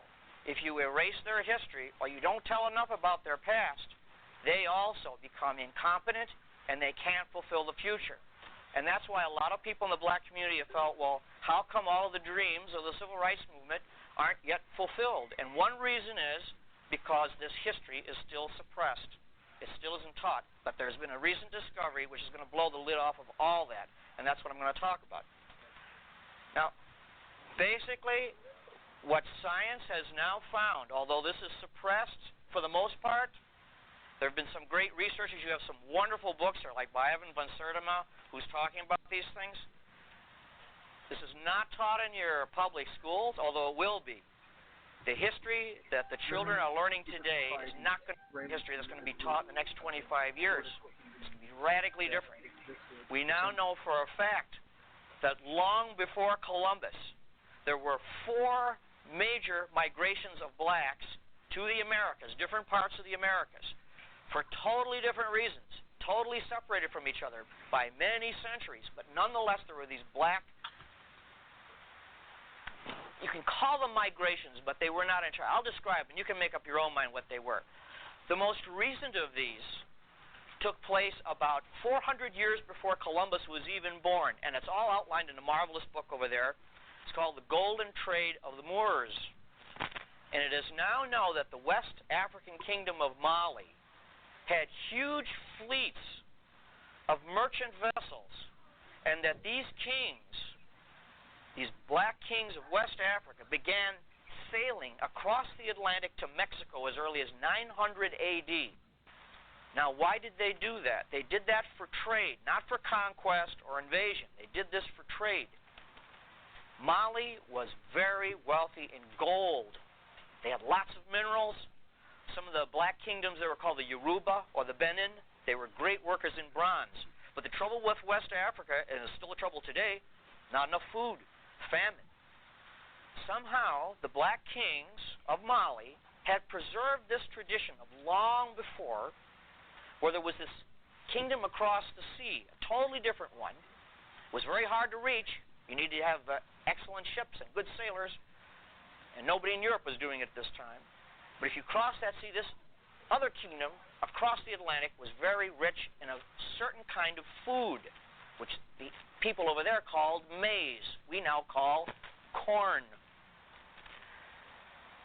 And these West African kings launched at least 2 major fleets, trading ventures, that went across the Atlantic 900 AD to about 1600 AD. And they brought over their bronze work, and they taught the Mexican people, the ancient Mexican people, who were then known as the Mayas. The Mayas had built up a great kingdom of their own, but in 900 AD they were in decline. They were really on the outs. Nobody knows exactly why, but their society was in decline. They were losing all of their technology. Then these black fleets came across from West Africa, from Mali, and they presented a lot of gold work, bronze work, and in return, they came back with shiploads of corn, maize. Now, we know for sure that this actually happened because very recently, you'll see in the next issue of our magazine, not this issue, the next issue is coming out in about 2 weeks. This is part of the discoveries are happening so fast and furious, it's hard to keep track. They now have found that a certain type of maize or corn, which is growing in West Africa, has been growing there for many centuries, is not native to West Africa. It is a type of corn which comes from Mexico. Could have only been brought over by these Mali seafarers over 1,000 years ago. So this is a first concrete proof that they beat Columbus by centuries. And we're not just on a voyage of exploration. They were going back and forth, bringing corn back. Now, why don't we know about that? Well, this trade stopped abruptly 1600 AD. 1600 AD, the Spanish, the Portuguese run a real aggressive colonizing campaign, and they took over Africa, and they destroyed a lot of these kingdoms. And with the destruction of these kingdoms went all the knowledge and all the history of these past trades. This is a tremendous lesson for us because, you know, we're so proud of our American civilization. We think it'll go on forever. But when a civilization falls, history tells us it takes almost all memory of it with it. Civilization is really very fragile. And that's why these lessons from the past are very, very important. If we want to preserve our civilization, we have to learn what happened to these others that crashed. So we know for sure between 900 and 1600 AD, long before Columbus was even born, as I say, these blacks were trading, these black kingdoms were trading with Mexico. If I have to refer to my notes, it's because this is new to me as well. There's also traditions in Mexico, ancient Mexico, of these black kings coming. And one of them was called, by the Mayas, if I pronounce this right, Ecchua, which means the black calabash or the black gourd. It referred not only to his black skin color, but also this gourd that he brought over. This gourd has been portrayed in these Maya hieroglyphs. This guy is portrayed as a West African type of man with robes and everything. And he's holding a gourd in these glyphs. That gourd has actually been identified as a West African type of gourd. So here we're having wonderful proof that there were these contacts between Africa and Mexico. And they actually referred to him by this name. And it shows that the Mayas and these Mali civilizers, these Mali traders, got along really well. It wasn't a conquest. It wasn't one society taking over another. They both had things to offer each other. The Africans had to offer metallurgy and gold, and the Mayas had to offer corn. So there's a wonderful example of, for ourselves too, two totally radically different cultures, separated by a vast ocean, tremendous cultural and racial differences, and yet they still cooperated and got along real well. So it can happen. But these Mali kings, 900 AD, they set out because they had a legend that there had been blacks going long before them. It was only a legend. It was only a myth. And it was on that myth that they chanced and they went across the sea and it worked out for them. But that myth traced all the way back to an even earlier black contact between Africa and America. And I'm talking about now not Mexico, but what we call now the United States. And this relates to this new fabulous discovery that is coming out. About 200 years before Christ, up until right at about the time of Christ, in other words, about 2,000 years ago, there now appears that there were wealthy West African and North African blacks who left Africa on a pilgrimage and came, if you can believe this or not, but there's solid proof for it now, to southern Illinois. Now I'll explain how that happened. In 1982, our time, there was a guy who was going along southern Illinois. He was a cave hunter. And he was, I don't know if you're familiar with southern Illinois at all, on the Ohio River, it's just honeycombed with caves, thousands of caves. They have not all been explored by any means. And he was involved in sports for hunting in caves. It's done all the time. It's rough work. Sometimes these caves are very narrow. He went into, to make a long story short, he went into this cave that no one had ever seen before. And he squeezed through a very narrow entrance, and all of a sudden it turned out into an enormous room. And in this room, he found great sarcophagi, or coffins, coffin lids, made out of stone. The walls are engraved with all kinds of stories, picture stories of men and women in old costumes from the ancient world. And then on the floor, he found stacks of thousands upon thousands of these black rocks that were beautifully engraved with the profiles of people, not Indians, people from other parts of the world. Some of them were white, some of them were Asian, but hundreds are black people, all in profile. They are made on a type of rock that is found really mostly only in southern Illinois in caves. This rock is like a clay. You pull it out of the ground, and you have like a stylus or a pen, and you can draw on it real fast. You can draw profiles and letters, and then as it dries, it turns into a hard rock. And these rocks are piled up on the floor of this cave. Now, this man's name is Russell Burroughs. He's not an archaeologist. He's just a spelunker. He's a cave enthusiast. He brought these out over time. They're very difficult to bring out because the cave entrance is so narrow. And he's brought out now almost 10,000 of these magnificent tablets. They're very crude looking as rocks are concerned, but the drawings are beautiful. And they show the profiles of black people, some with scarification, which is West African, mostly with not that, some with specifically West African robes, which are still used today. Some will have a man on one side and a woman on the other. Some will be entirely women. It has each one of these 10,000 have a script associated with these pictures. Nobody's been able to translate this script. Well, since 1982, this place has really been contested a lot, but finally some professional archaeologists are involved, some top archaeologists, and they have verified that it is all authentic, and they have dated it now, and there's going to be a lot of information released in the next few weeks and months about this find. Who are these people portrayed in this cave? Not all black, but a lot of them are black. Some of them will show like a black man with a kind of a sailor's cap, and in the background will show like a ship or a fish. It seems as though they're portraying a captain or a sailor of some kind.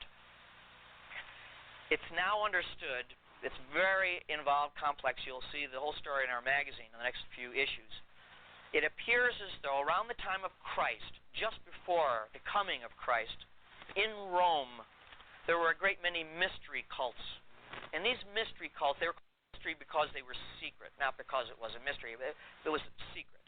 And in order order to get into this mystery cult, you had to go through different levels of initiation, like the Freemasons, which are not unrelated to it, believe it or not. There were many mystery cults like this, the cult of Osiris, the cult of Isis, and a lot of other cults we don't know about. And then to get into these cults, we do know you had to pay money, you had to be fairly well off, and the final stage of all these mystery cults, you had to go on a long pilgrimage, a long quest. All that cost money, but you would go on this long quest to a sacred place. And at that final sacred place, you go through an initiation of some kind. And when you went through that initiation, you were finally a member of this mystery cult. And these mystery cults were all the same in that they promised the individual who went through this initiation eternal life. You didn't die. You survived after life. And these levels of initiation showed you how your soul made this progression. All that's been lost, although some of it is survived in Christianity, which is basically the same, that you don't die. If you are a good Christian, you go eternal life with Christ. And some of these ideas apparently were shared. Okay, family, I know that we're going to get cut off. Doggone it. I didn't know that if I stopped it, it wouldn't keep my place. So we're definitely going to pick up next week, and I'll make sure I start back with this clip because they're dropping a lot of good information. So, Sis Sandra, did you have any last words for the family? Because I know they're going to cut us off in 2 minutes. Well, I just I enjoyed tonight, and I hope I can be with you next week. But maybe not. I probably not. They changed it, but I'm sorry I can't make it unless they change the date. But I enjoyed it. I did hear that clip once before. It's amazing how all of a sudden when they find out that information is all out there, but we've already known that.